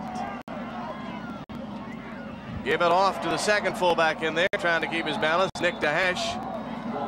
He sidesteps his way for maybe a yard, out to the 47.5. If he could have kept his balance there, he could have gained about 6 or 7 more yards. Right here, you see, he takes the handoff, he heads right, but he's blocked up there, so he tries to go back left right there. If he could have kept his balance there, he had to block. He could have still been running for a couple more yards additional. Thank goodness for Mike Feilmeyer. He threw his body at the ankles of Dahesh and able to trip him up. Actually, they'll say he lost some. So give it off to Mel, see if he can get it back. Bumped ahead to nearly midfield. He got that half-yard back and about 4 more. It'll be close to 3rd down and 6 as Levi just keeps pumping. Somebody is scooping coal into his back pocket, and he's just rolling right on down the tracks. And see, the thing about Levi is that right here, he's hit by 1 guy, but he's still, it's like every time he runs the ball, he's tackled. There's 2 or 3 guys taking shots before he finally goes down. 3rd down, 6.5 from right near midfield. Crete at 2:43 in the third. Still out in front by 1, and the pitch goes to Mel. He cannot turn and is bumped out of bounds. On the play, a hit made by Doug Lamore, who's the backup cornerback. And when it's so slick over there that you can't plant and cut, the defensive back has the advantage on the option. And that was a they are 4 yards shy. And that was a great job by Elkhorn then defending the option. They took away the quarterback. They forced the guy into the sideline right here, so the defensive back will have only him and the sideline between him and Levi Mills, so he used the sideline as a part of the tackle. Now Levi needs to adjust his headgear.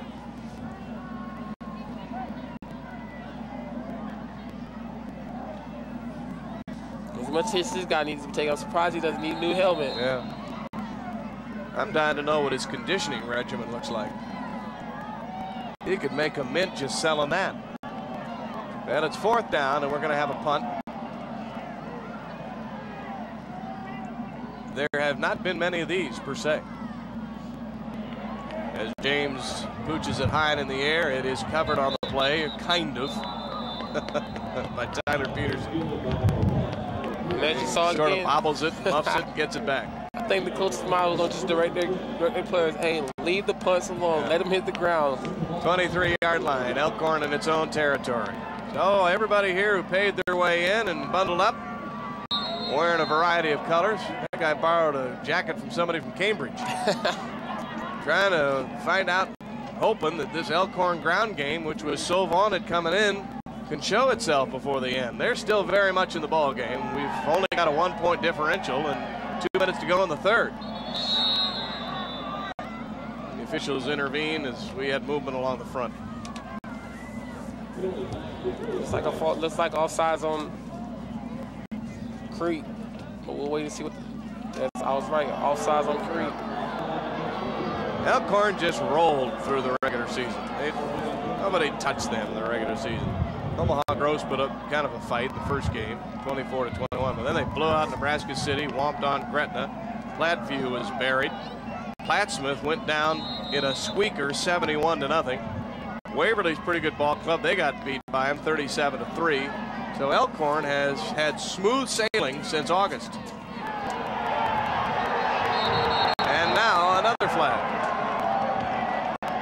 Well, the 5 yards they just gained on offsides from Crete. Elkhorn just gave it back. As Elkhorn's Nick Aarons was across the line of scrimmage. And plays like that can drive a coach nuts. Especially now that we're into the 13th ball game. Norris is pretty good, and they got beat by him 42-14. Blair was not much of a challenge, 56-14. Qualifying round of the playoffs, Boys Town went quietly, and then South Sioux City, a playoff team, was throttled 55-0. They finally get something past the line of scrimmage as Jameen Hansen bolts it across for near a first down. He's down at the 33. It'll be 2nd and short. And it seems like when they finally do get an effective running game going, they're just that one tackle away from making it into a superb game. Right there, as you can see, if he can keep his balance there, he still could be running. The idea is nobody is like Mel, but everybody is pretty good. So they've shared the load. Running play. Tig for the first down across the 35 to the 36. They'll check back in a couple of plays to see if they start clicking on this series. As near blizzard conditions swirl across Memorial Stadium, the thick snowfall is getting thicker, and it's not falling lightly to earth. It's blowing all over. There you see it. Johnny McMenamin, dump pass. Regenberg is spun down after a short gain. Pretty open field tackle. And there you have it. They'll look quick, short pass game at Elkhorn, trying to get the balls into their best players, best receiver hand, and let him go to work on some of those linebackers and defensive backs that are covering him. And Heineman came up from the cornerback spot and did just that. It whipped him down, number 17. Half-yard gain, 2nd and 9 at 39 seconds in period 3. McMenamin holding, throwing, completing. Dragged down out of bounds at the 38-yard line as Elkhorn's Antlers clicked with a passing game, and Dan Weimer hauls it in. And that same play has been working the whole night. What they're doing in that play is faking the counter sweep to the tailback, going to the right. Here you go, see it, fake it. Then he hides the ball well enough to make everyone think that the running back he hits that tight end crossing, going the same direction he is, and for some reason it's been working the whole night. Elkhorn gaining altitude. 1st and 10 from the Cardinal 37. And a fullback dive play as they rotate another fullback in there. Hansen carries the football across the 35, down to the 32, maybe the 33. They'll say about the 33. 15 seconds, 14 seconds. Just 10 seconds to play in period 3. We have one more quarter, and it's still very much a shooting match, as Crete, with its 14-13 lead in the halftime intermission, hangs on. 12 minutes of the season. Class B title game. The Cardinals of Crete 14. The number 2 Antlers of Elkhorn 13. And we'll be back after this from the Nebraska School Activities Association.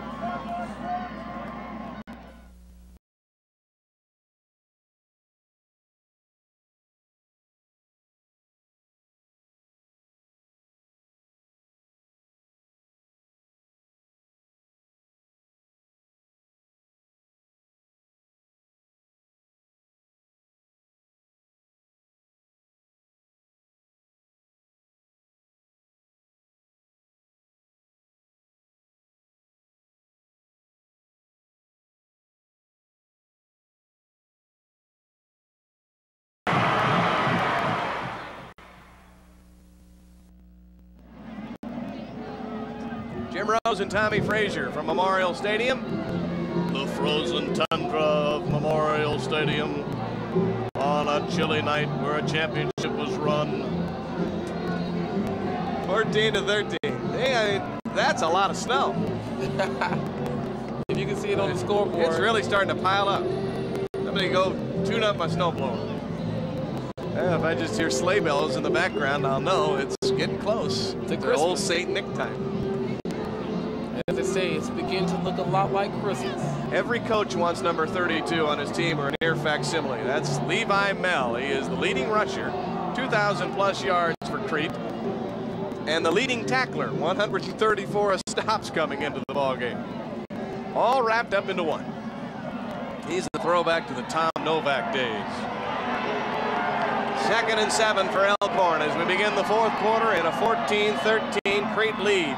Elkhorn with high purpose at the 34. McManamine complete, and he holds on. Ringenberg near a first down as he gets belted by the Cardinals' Brad Renzi.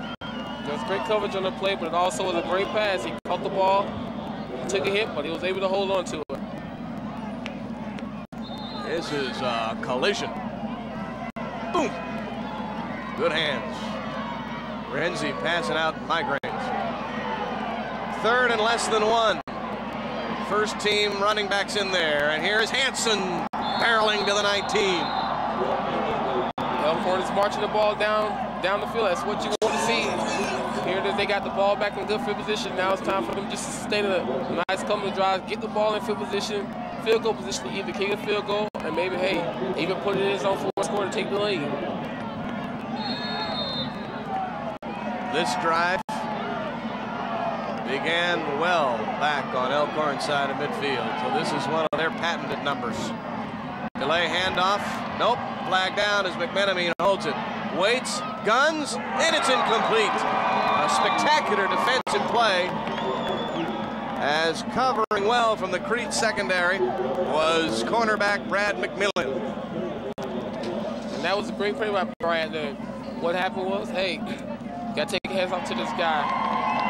Right here, McMillan rolls out. He stops. He's looking. He's waiting. Throws the ball. Hey, but you don't see this right here too much. How he comes around in front. Most of the time you see him going through receiver. But this time he has enough speed where he can go around in front and knock it out. Take a chance, and it worked. He paid off that time. Illegal motion on Elkhorn. It is 1st down and 15. After the 3rd period, as Coach Mark Ward and his counterpart, Mark Workman, shout instructions to their various troops. The total offense numbers are beginning to even up some with that fine rushing, or rather passing, third quarter by Elkhorn. Hansen carrying the football again on 1st and 15 from about the 24. They're going to drive it inside the 20 and down to about the 17. Here are the totals. Now 12 first downs for Elkhorn. They really control the football pretty well. Coca-Cola third quarter numbers, rushing yards, 212 for Crete, most of those males. 131 passing yards by Elkhorn have brought the total offense totals to 246 for Crete and 227 for the Antlers. What you're seeing right now, Elkhorn is starting to establish his offense again. At the third quarter, they kind of spurted. They couldn't get anything moving, but now they're on a nice sustained drive, trying to get some points on the board. Hansen for another yard, which brings 3rd down and 5. And these are earnest fans to hang through this. 10-12 to go. Against his natural side, and a completed pass for a first down. McMenamin on target as he rings the bell with his split receiver, Nick Ahrens. Right there, what you get is an excellent throw. A right-handed quarterback going out to his left. He really has to get those hips turned around, and that's exactly what he does. And he fires strikes in there, striking there for the first down. Now the football is inside Crete territory's 10-yard line. They were turned away this close in the first half. Will it happen again on the end around Ringenberg with a blocker? Takes on Heineman, drags him in for the touchdown.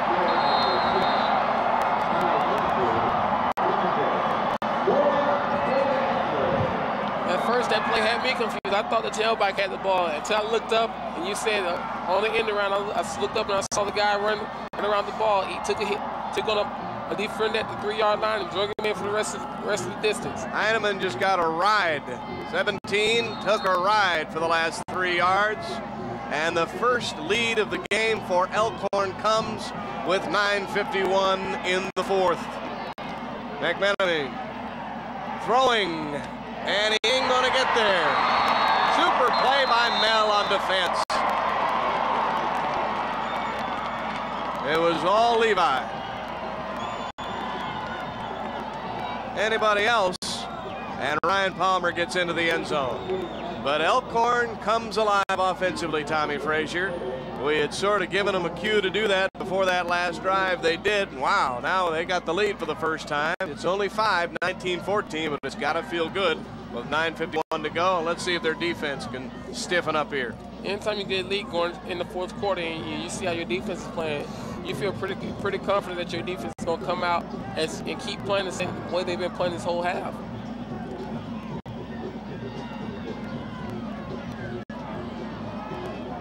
I got $5 that says Levi Mel carries it at least once on the next drive. What are the odds?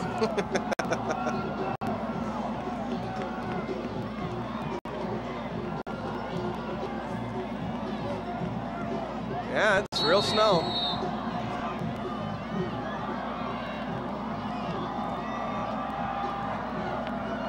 Mel among the deep safeties. He's back there with Nate Harrington. Into the wind will go Crete. Palmer puts the wood into it, and McMenamin bounces off of his face mask into the hand of Mel. He picks his way across the 20 and isn't finished till he reaches the 20. That's the best way to get it to Levi. Play pinball. Yeah, right off of your headgear and right into his hands. If he's not going to kick it to him, then let's do it that way. That was a designated return right here. Bounced off his helmet, right into Levi's hand. First down, 20-yard line, 9:44 in the ball game. Antlers unbeaten at 12-0. Once beaten Cardinals, 11-1. Elkhorn by 5. Here is Crete. And the option artist Mastek to his workhorse Mel. Whipped out of bounds after he got 4 up to the 24-yard line.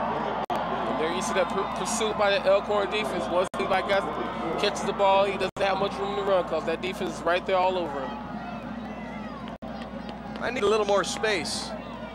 A nice bit of work by Elkhorn's Tyler Peterson did not commit such to the quarterback that there was nobody there to chase out Mel, and who knows, he's got so much athletic ability, Levi might have been able to dance along that sideline for another 5 yards. He got 4 out of it. Gets it again and struggles across the 25 to the 26. This Elkhorn defense has really come to play the second half. They haven't given up much this whole half to Levi Mel running the ball or that Crete offense. He's got well over 40 carries. He had 24 at the half. You see they're getting good penetration right there. Stuffing all the blockers in the hole, and Levi Mel has to pretty much what all the yards that he gains on the run, he does it by himself. One of Santa's little helpers. 3rd down and 5. This is kind of an important play for Crete, as Uncle Mo is wearing red now. He's got his man, and that's good for a 1st down. Kevin James, the big lumbering tight end, up to midfield. That was a great play, actually. And here it is, everyone in the stadium thought he was going to give it to Levi Mel because he's been running the ball well tonight. But you know what did they do? They faked the play action pass and hit the tight end out there in the flat. And illustrative of that was that no one even bothered to rush the quarterback, Jeremy Mostick. They were so convinced that we would have a running play that, look at, he's Lonesome George back there. When you give a quarterback that much time to find a receiver, he's going to find a receiver, and it's going to be for a big play. Spot him down at the 48, Crete in its own territory, but a fresh 4 downs at 8:25 to play, and more play action. And Mostick has all sorts of time, and the blocking holds. So he dances up the field and is down at the 44 of Elkhorn. That is good for 7. As you see again, he sits back there. He's very patient in the pocket. He's going to take his time. He's going to look downfield for his primary receiver. There's nothing else, and he does the right thing. Take off and run with the ball. He looks just like Matt Turman back there. He got the same build as the Terminator. And runs the same way. He's very elusive. He bounces off tackle. He gains 6-7 yards on the play. Now Mel, and he's pell-mell to the 35. And believe it or not, that was the longest run this half by Mel. Levi right down the esophagus of Elkhorn, and in good shape at the 35-yard line at 7:45 to go. 19-15. Elkhorn with the lead. And Levi's having problems with their helmet again. Maybe something loose in there. Maybe he need to bring it to the sideline, let them fix it, go back out there and get it done. But it looks like he can do it himself. They're going to have to retire that thing.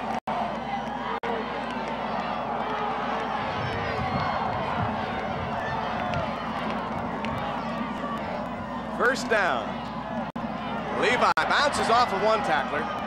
And look at how much energy he has late in the ball game. He's finally arrested on the play by big number 69, Eric Obram. But look at the energy and the electricity that he brings to the ball. He's spinning out of a tackle right there, and he keeps going. He's not going to come down. He just struggles ahead. And what this guy's running this late in the game shows you that he puts in a lot of time in the offseason getting his body in shape. So when he does carry the ball this many times in the game, he's ready to go. 7 minutes. He got only 2. Deserved more. Mostick lofting the ball for James. Nearly one-hands it. And then dances out of bounds. Well, that's one of those plays that Mostick wish he could have back. He could have made it a little easier to throw, but in a game like this, whatever you see, you just have to go with it. Don't second guess yourself. A little too early with it. But it brings up an interesting scenario. 3rd down. The way Elkhorn moved it the last time, I don't think Crete wants to give up the football. But they did grind a lot of clock off the board there. They give it to Mel instead. Got a block from his tackle. Tries to shake one, gonna do it. Down to the 30, he needed the 25. So we are now confronted, as Mel is so disgusted that he couldn't break that last tackle, with a 4th down setup. Crete about 5.5 away from the forward stick. And you see it again, they play again. Great open field tackle right there by Elkhorn defender. Terrific work by Elkhorn's Luke Fennensteel, number 8. And Crete calls times out. That means they have none remaining. So this is a doubly important drive. Now it is 19-14 with Elkhorn, their first lead of the ball game. 19 degrees with the snow flying at Memorial Stadium. Days and nights like these are what concocted in the head of Tom Osborne and Bob Devaney, then athletic director, the need for a place called Cook Pavilion. Because believe it or not, back in 1983, when the Huskers had that great offensive team that lost to Miami in the Orange Bowl, they had about 5 or 6 straight days of this, and they couldn't practice. They needed a full field to practice, and they didn't have it. All they had was the Schultz Fieldhouse. That affected preparation. And because the weather is so nasty in November and December here, some days you'll get a week with 40, 50 degrees and sunshine, but then you'll get a week with freezing rain and blustery snow. That's why we've got the indoor practice facility now. But I still remember days when it was like this. We still were out here in Memorial Stadium practice, so Cook Pavilion sometimes was just down there just for looks. Now it's 4th down, 5.5. Crete's going to go for it. And there's the flag, which means they might have it. Oh, boy, the loneliest man on the football field is Elkhorn D tackle, number 79. It might be 4th and inches. It's not going to be a first down. It's going to be 4th and about a half a yard to 6 inches.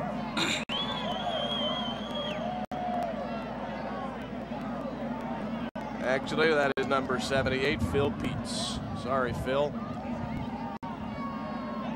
You want to look for a rock and see if you can crawl underneath it. Ouch. Big Phil. His face is as red as the uniform. It's got nothing to do with the weather. 4th down, less than 1, and this is Levi time. He got it.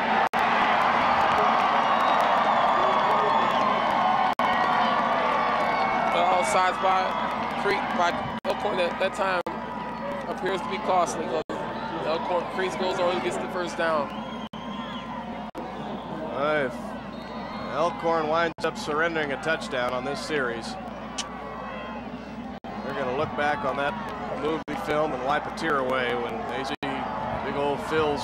Yeah, that's what Phil was looking at, see, and he was sure they were ready to snap it. Mostic on the option, keeps it himself, cradles that football, gets 1. Dragged down on the play by Mike Feilmeyer, number 62, the strong side linebacker. The second half, first half, Mostic was able to cut the ball up and get good yards, but second half, they kind of kept him in check the second half. Most of his effective runs have come on drop back flash passes where he sits, looks down the field, doesn't see anything, and takes off running. But as far as running the option stuff, he's not able to produce the same amount of number of yards as he were in the first half. And the footwork is getting more and more treacherous. Except for this guy.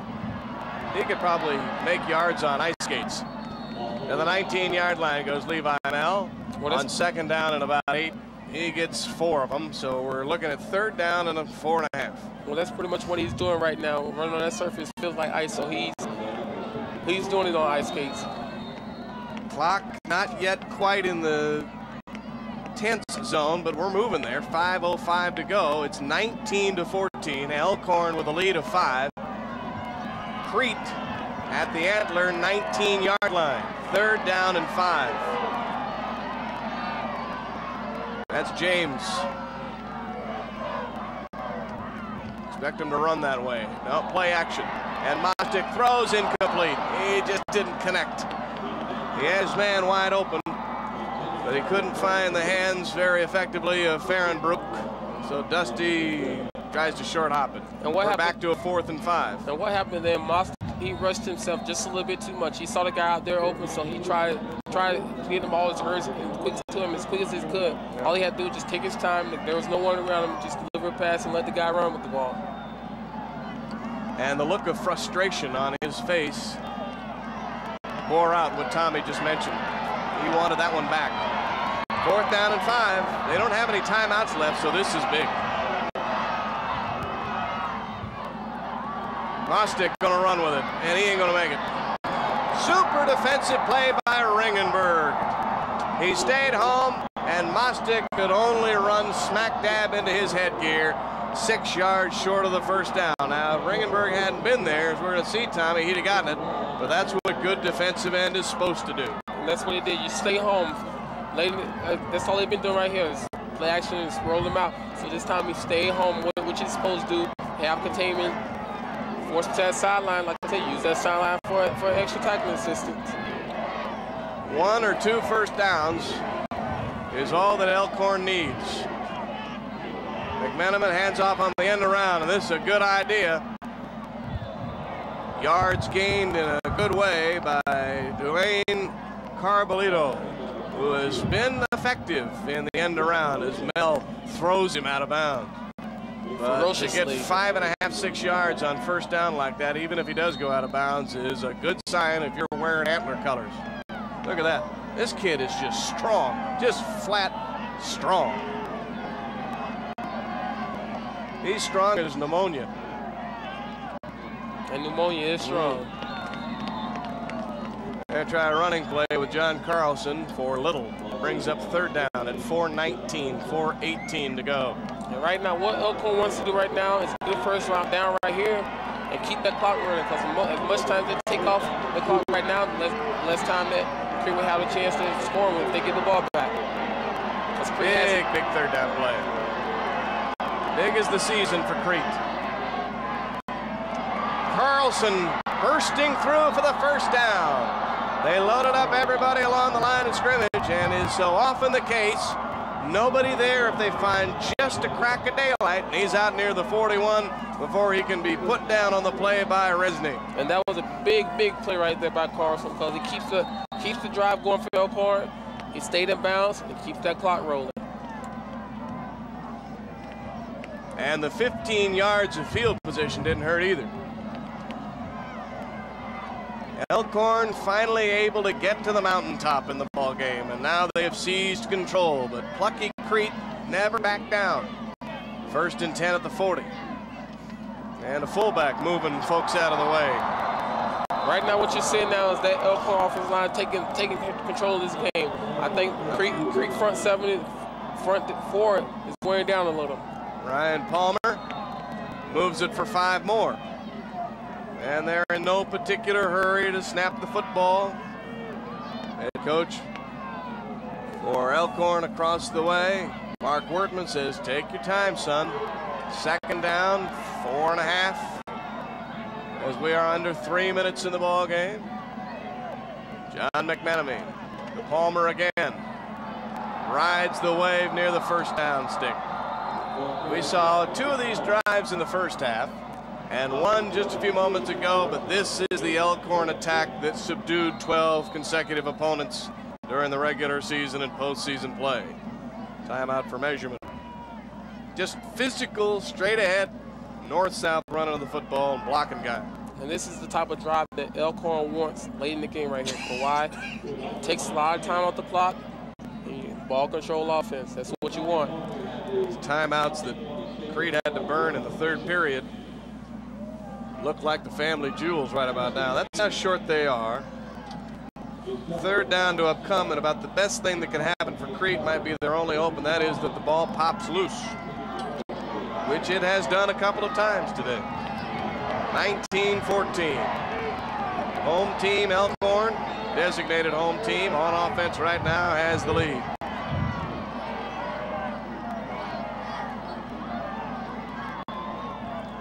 Another problem for Crete is trying to get a little leverage. They're trying to dig in, but dig in for what? It's like they're sitting on ice right now. You can't dig unless you have some spikes up under your shoes.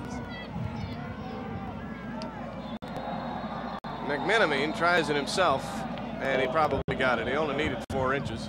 Looks like we have a flag on the play. See, that changes things a little. Elkhorn is digging. They had the first down, but mistakes are killing them right now. Means 3rd down, 5 yards and a 3rd.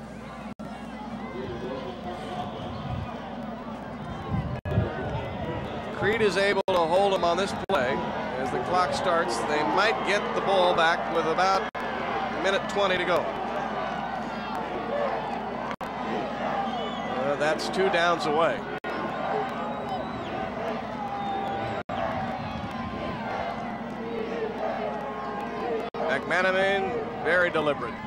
On the end around, it's going to work again as they find Carbolito, but not until after he gets nearly the 5 yards. And with all of that muscle between the guards, Crete's thinking, Dad, coming if they didn't run that just at the right time to get 6.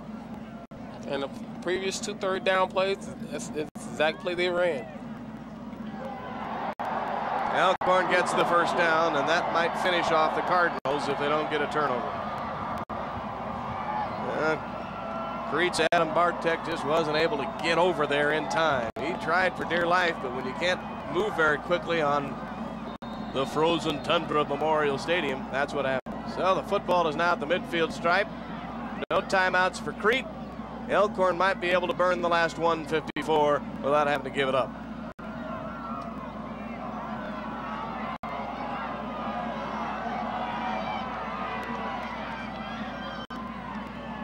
Then again, if they can get another first down, as Palmer tries to do just that, any argument disappears.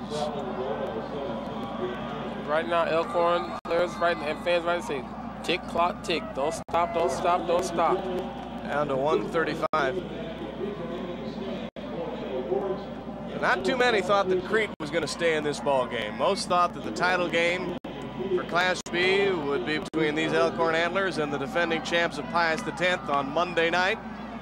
And Elkhorn won that one. So unless you were a die-hard Cardinal, you didn't think your ball club was going to stay in this one very long. Not only did they stay in it, but they scared the daylights or the moonlights out of Elkhorn for most of it. And if it hadn't been for a couple of big defensive plays and an incomplete pass or two, Crete might very well be in the end zone and with the lead again.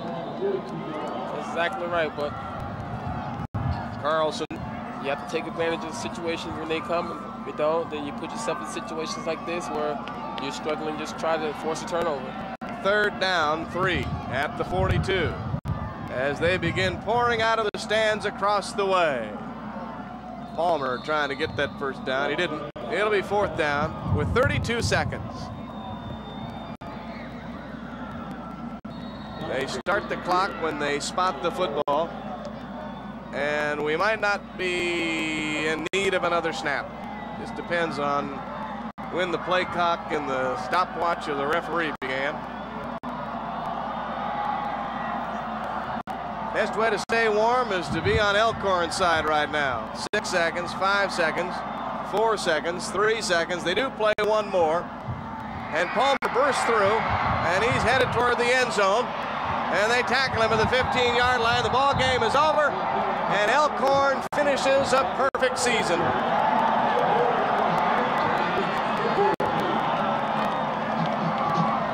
They survive a tremendous struggle in the championship game, and their euphoria is quite justified.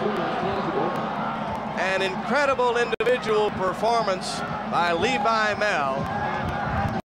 Notwithstanding, Elkhorn is champion at the end, 19-14.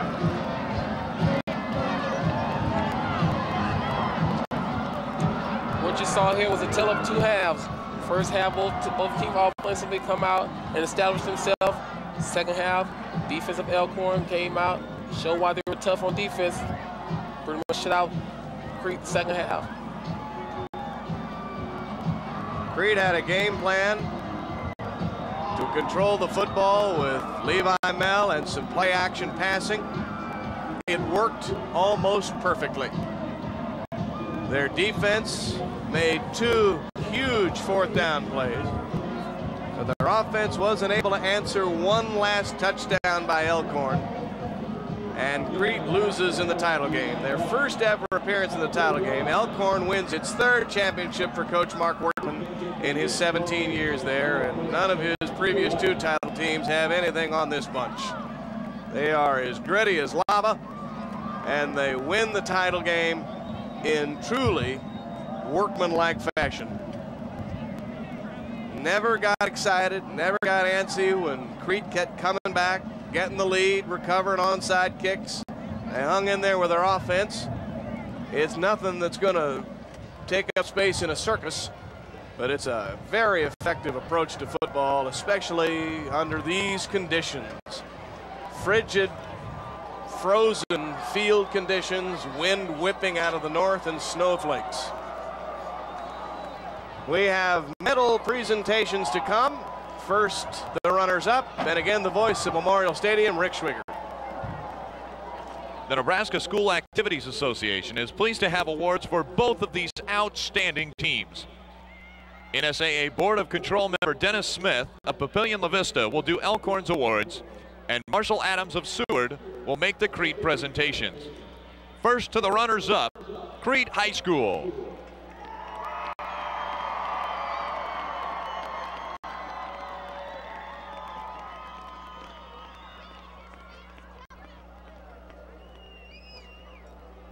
Number 10, Aaron Mostick.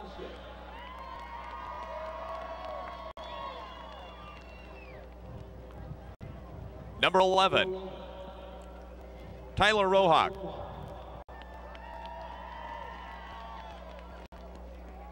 Number 12, Jeremy Mostick.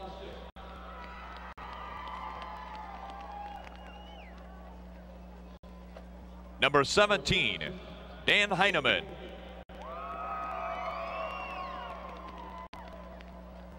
Number 18, Nate Harrington. Number 20, Josh Lewis.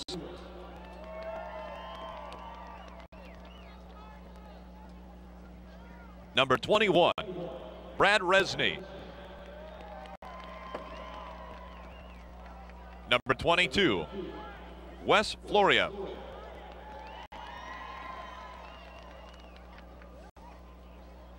Number 24, Troy Stewart.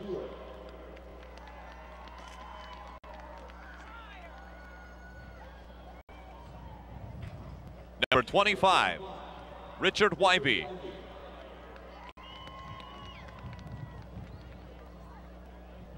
Number 26, Eric Dixon.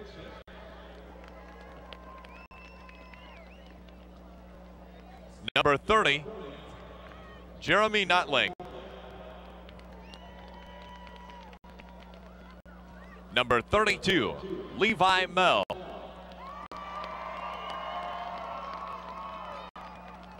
Number 43, Dusty Farnbrook.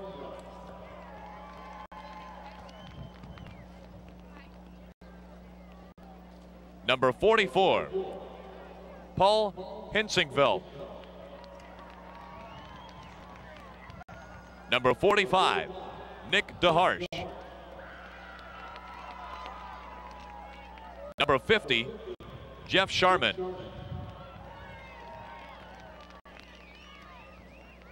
Number 52, Brandon Marsek.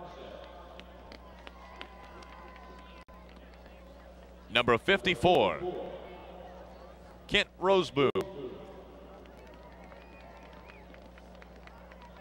Number 56, Nate Lounstein. Number 60, Josh May. Number 62, Ryan Barber. Number 64, Grant Krause. Number 66, Dan Seedhoff. Number 68, John Muff. Number 70, Steve Sand. Number 72, Jesse Castile. Number 73, Jeff Reed. Number 74, Corey Bowling. Number 75, Noah Kaler.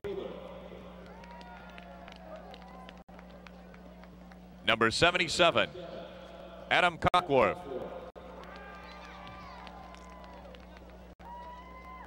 Number 78, James Kuna.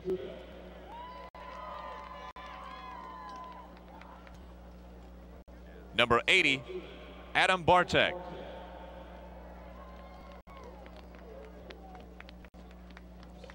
Number 82, Sam Bartek. Number 83, Jake Pavlish. Number 84, Brian Talkington.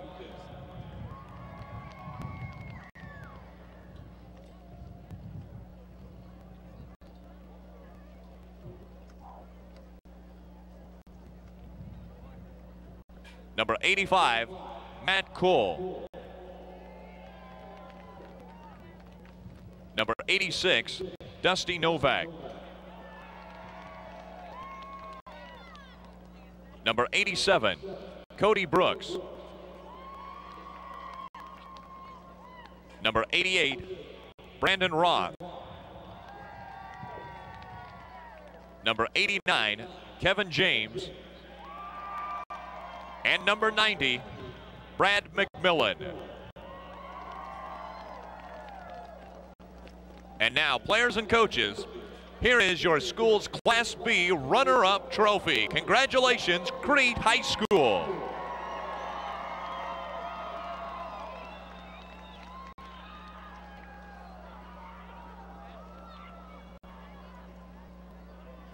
And now, for our state champion team from Elkhorn.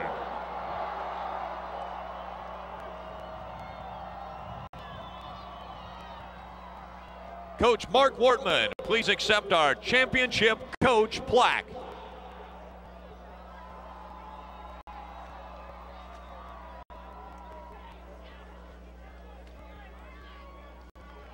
And now for the medal presentation to the gold medal athletes of the 1996 Class B State Football Champion team.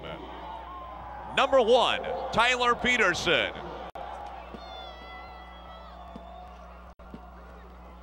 Number 4, John McMiniman. Number 5, Doug Larmore. Number 6, Kyle Ringenberg. Number 7, Andrew Schultz. Number 8, Luke Planensteel. Number 10, Josh McMillan. Number 15, Jesse Setlar. Number 20, Adam Ty.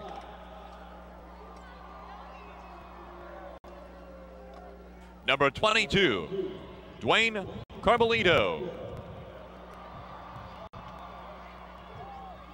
Number 25, Jeff Sims. Number 28, John Carlson. Number 29, David Clark. Number 30, Ryan Palmer. Number 31, Patrick Byer.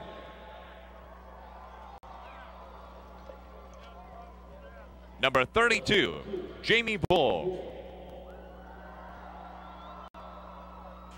Number 34, Jamin Hansen. Number 35, Justin O'Shea. Number 38, Mark Keith. Number 42, Nick Umscheid. Number 44, John Goolsby.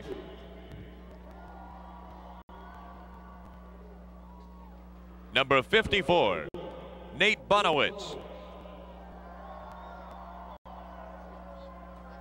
Number 62, Mike Feilmeyer.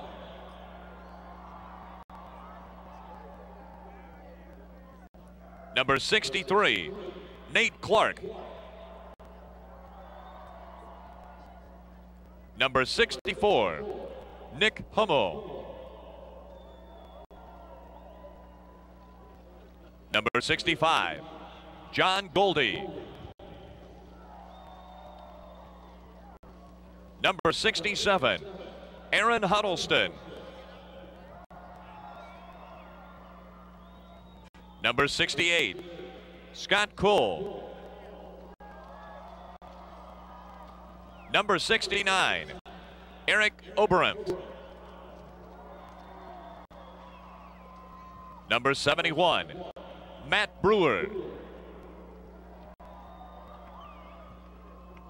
Number 72, Kyle Thomas.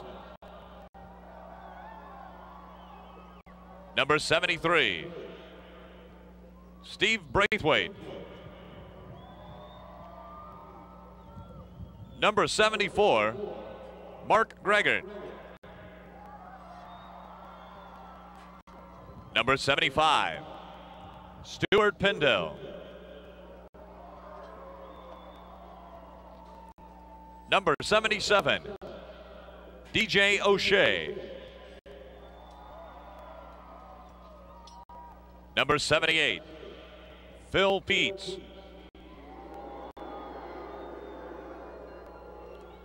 Number 80, Nick Ahrens. Number 81, Chad Shields. Number 85, Dan Weimer.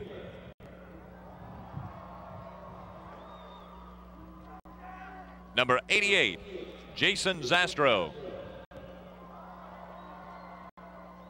Number 89, Ben Bump.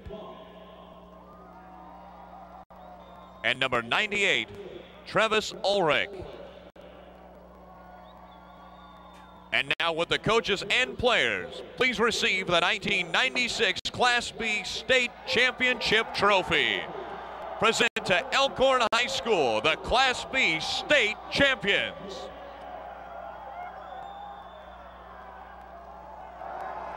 So the Ice Bowl of Nebraska is taken by Elkhorn, Tommy Frazier. As the Antlers complete a perfect season, they are 13-0 and champions of Class B in a memorable performance here in Lincoln tonight. Well, these guys are going to go home and have fun tonight, even though it's cold, but they're still going to party because they feel they came out and accomplished something that they wanted to. They finished the season perfect, undefeated, and won the championship. This is time for them to celebrate. Look at them. They're not on the field celebrating too long because it's a little too cold for them, so they're going to take it to the locker room. And just to show you how much respect they have for Mark Wertman, who has now won his third title in 17 years there, they didn't dump him with the water and the Gatorade today because they probably would have killed him off if they had. Well, a big night for Elkhorn and a great day for the state of Nebraska as a great championship game is played on the turf here at Memorial Stadium. The first ever championship games in 1996 played at the stadium that all high school football players dream of playing in one day as a Husker, Memorial Stadium in Lincoln. Again, the final score 19-14, Elkhorn over Crete. For Tommy Frazier, this is Jim Rose saying so long, everybody. Thanks for joining us. We'll talk to you again next time.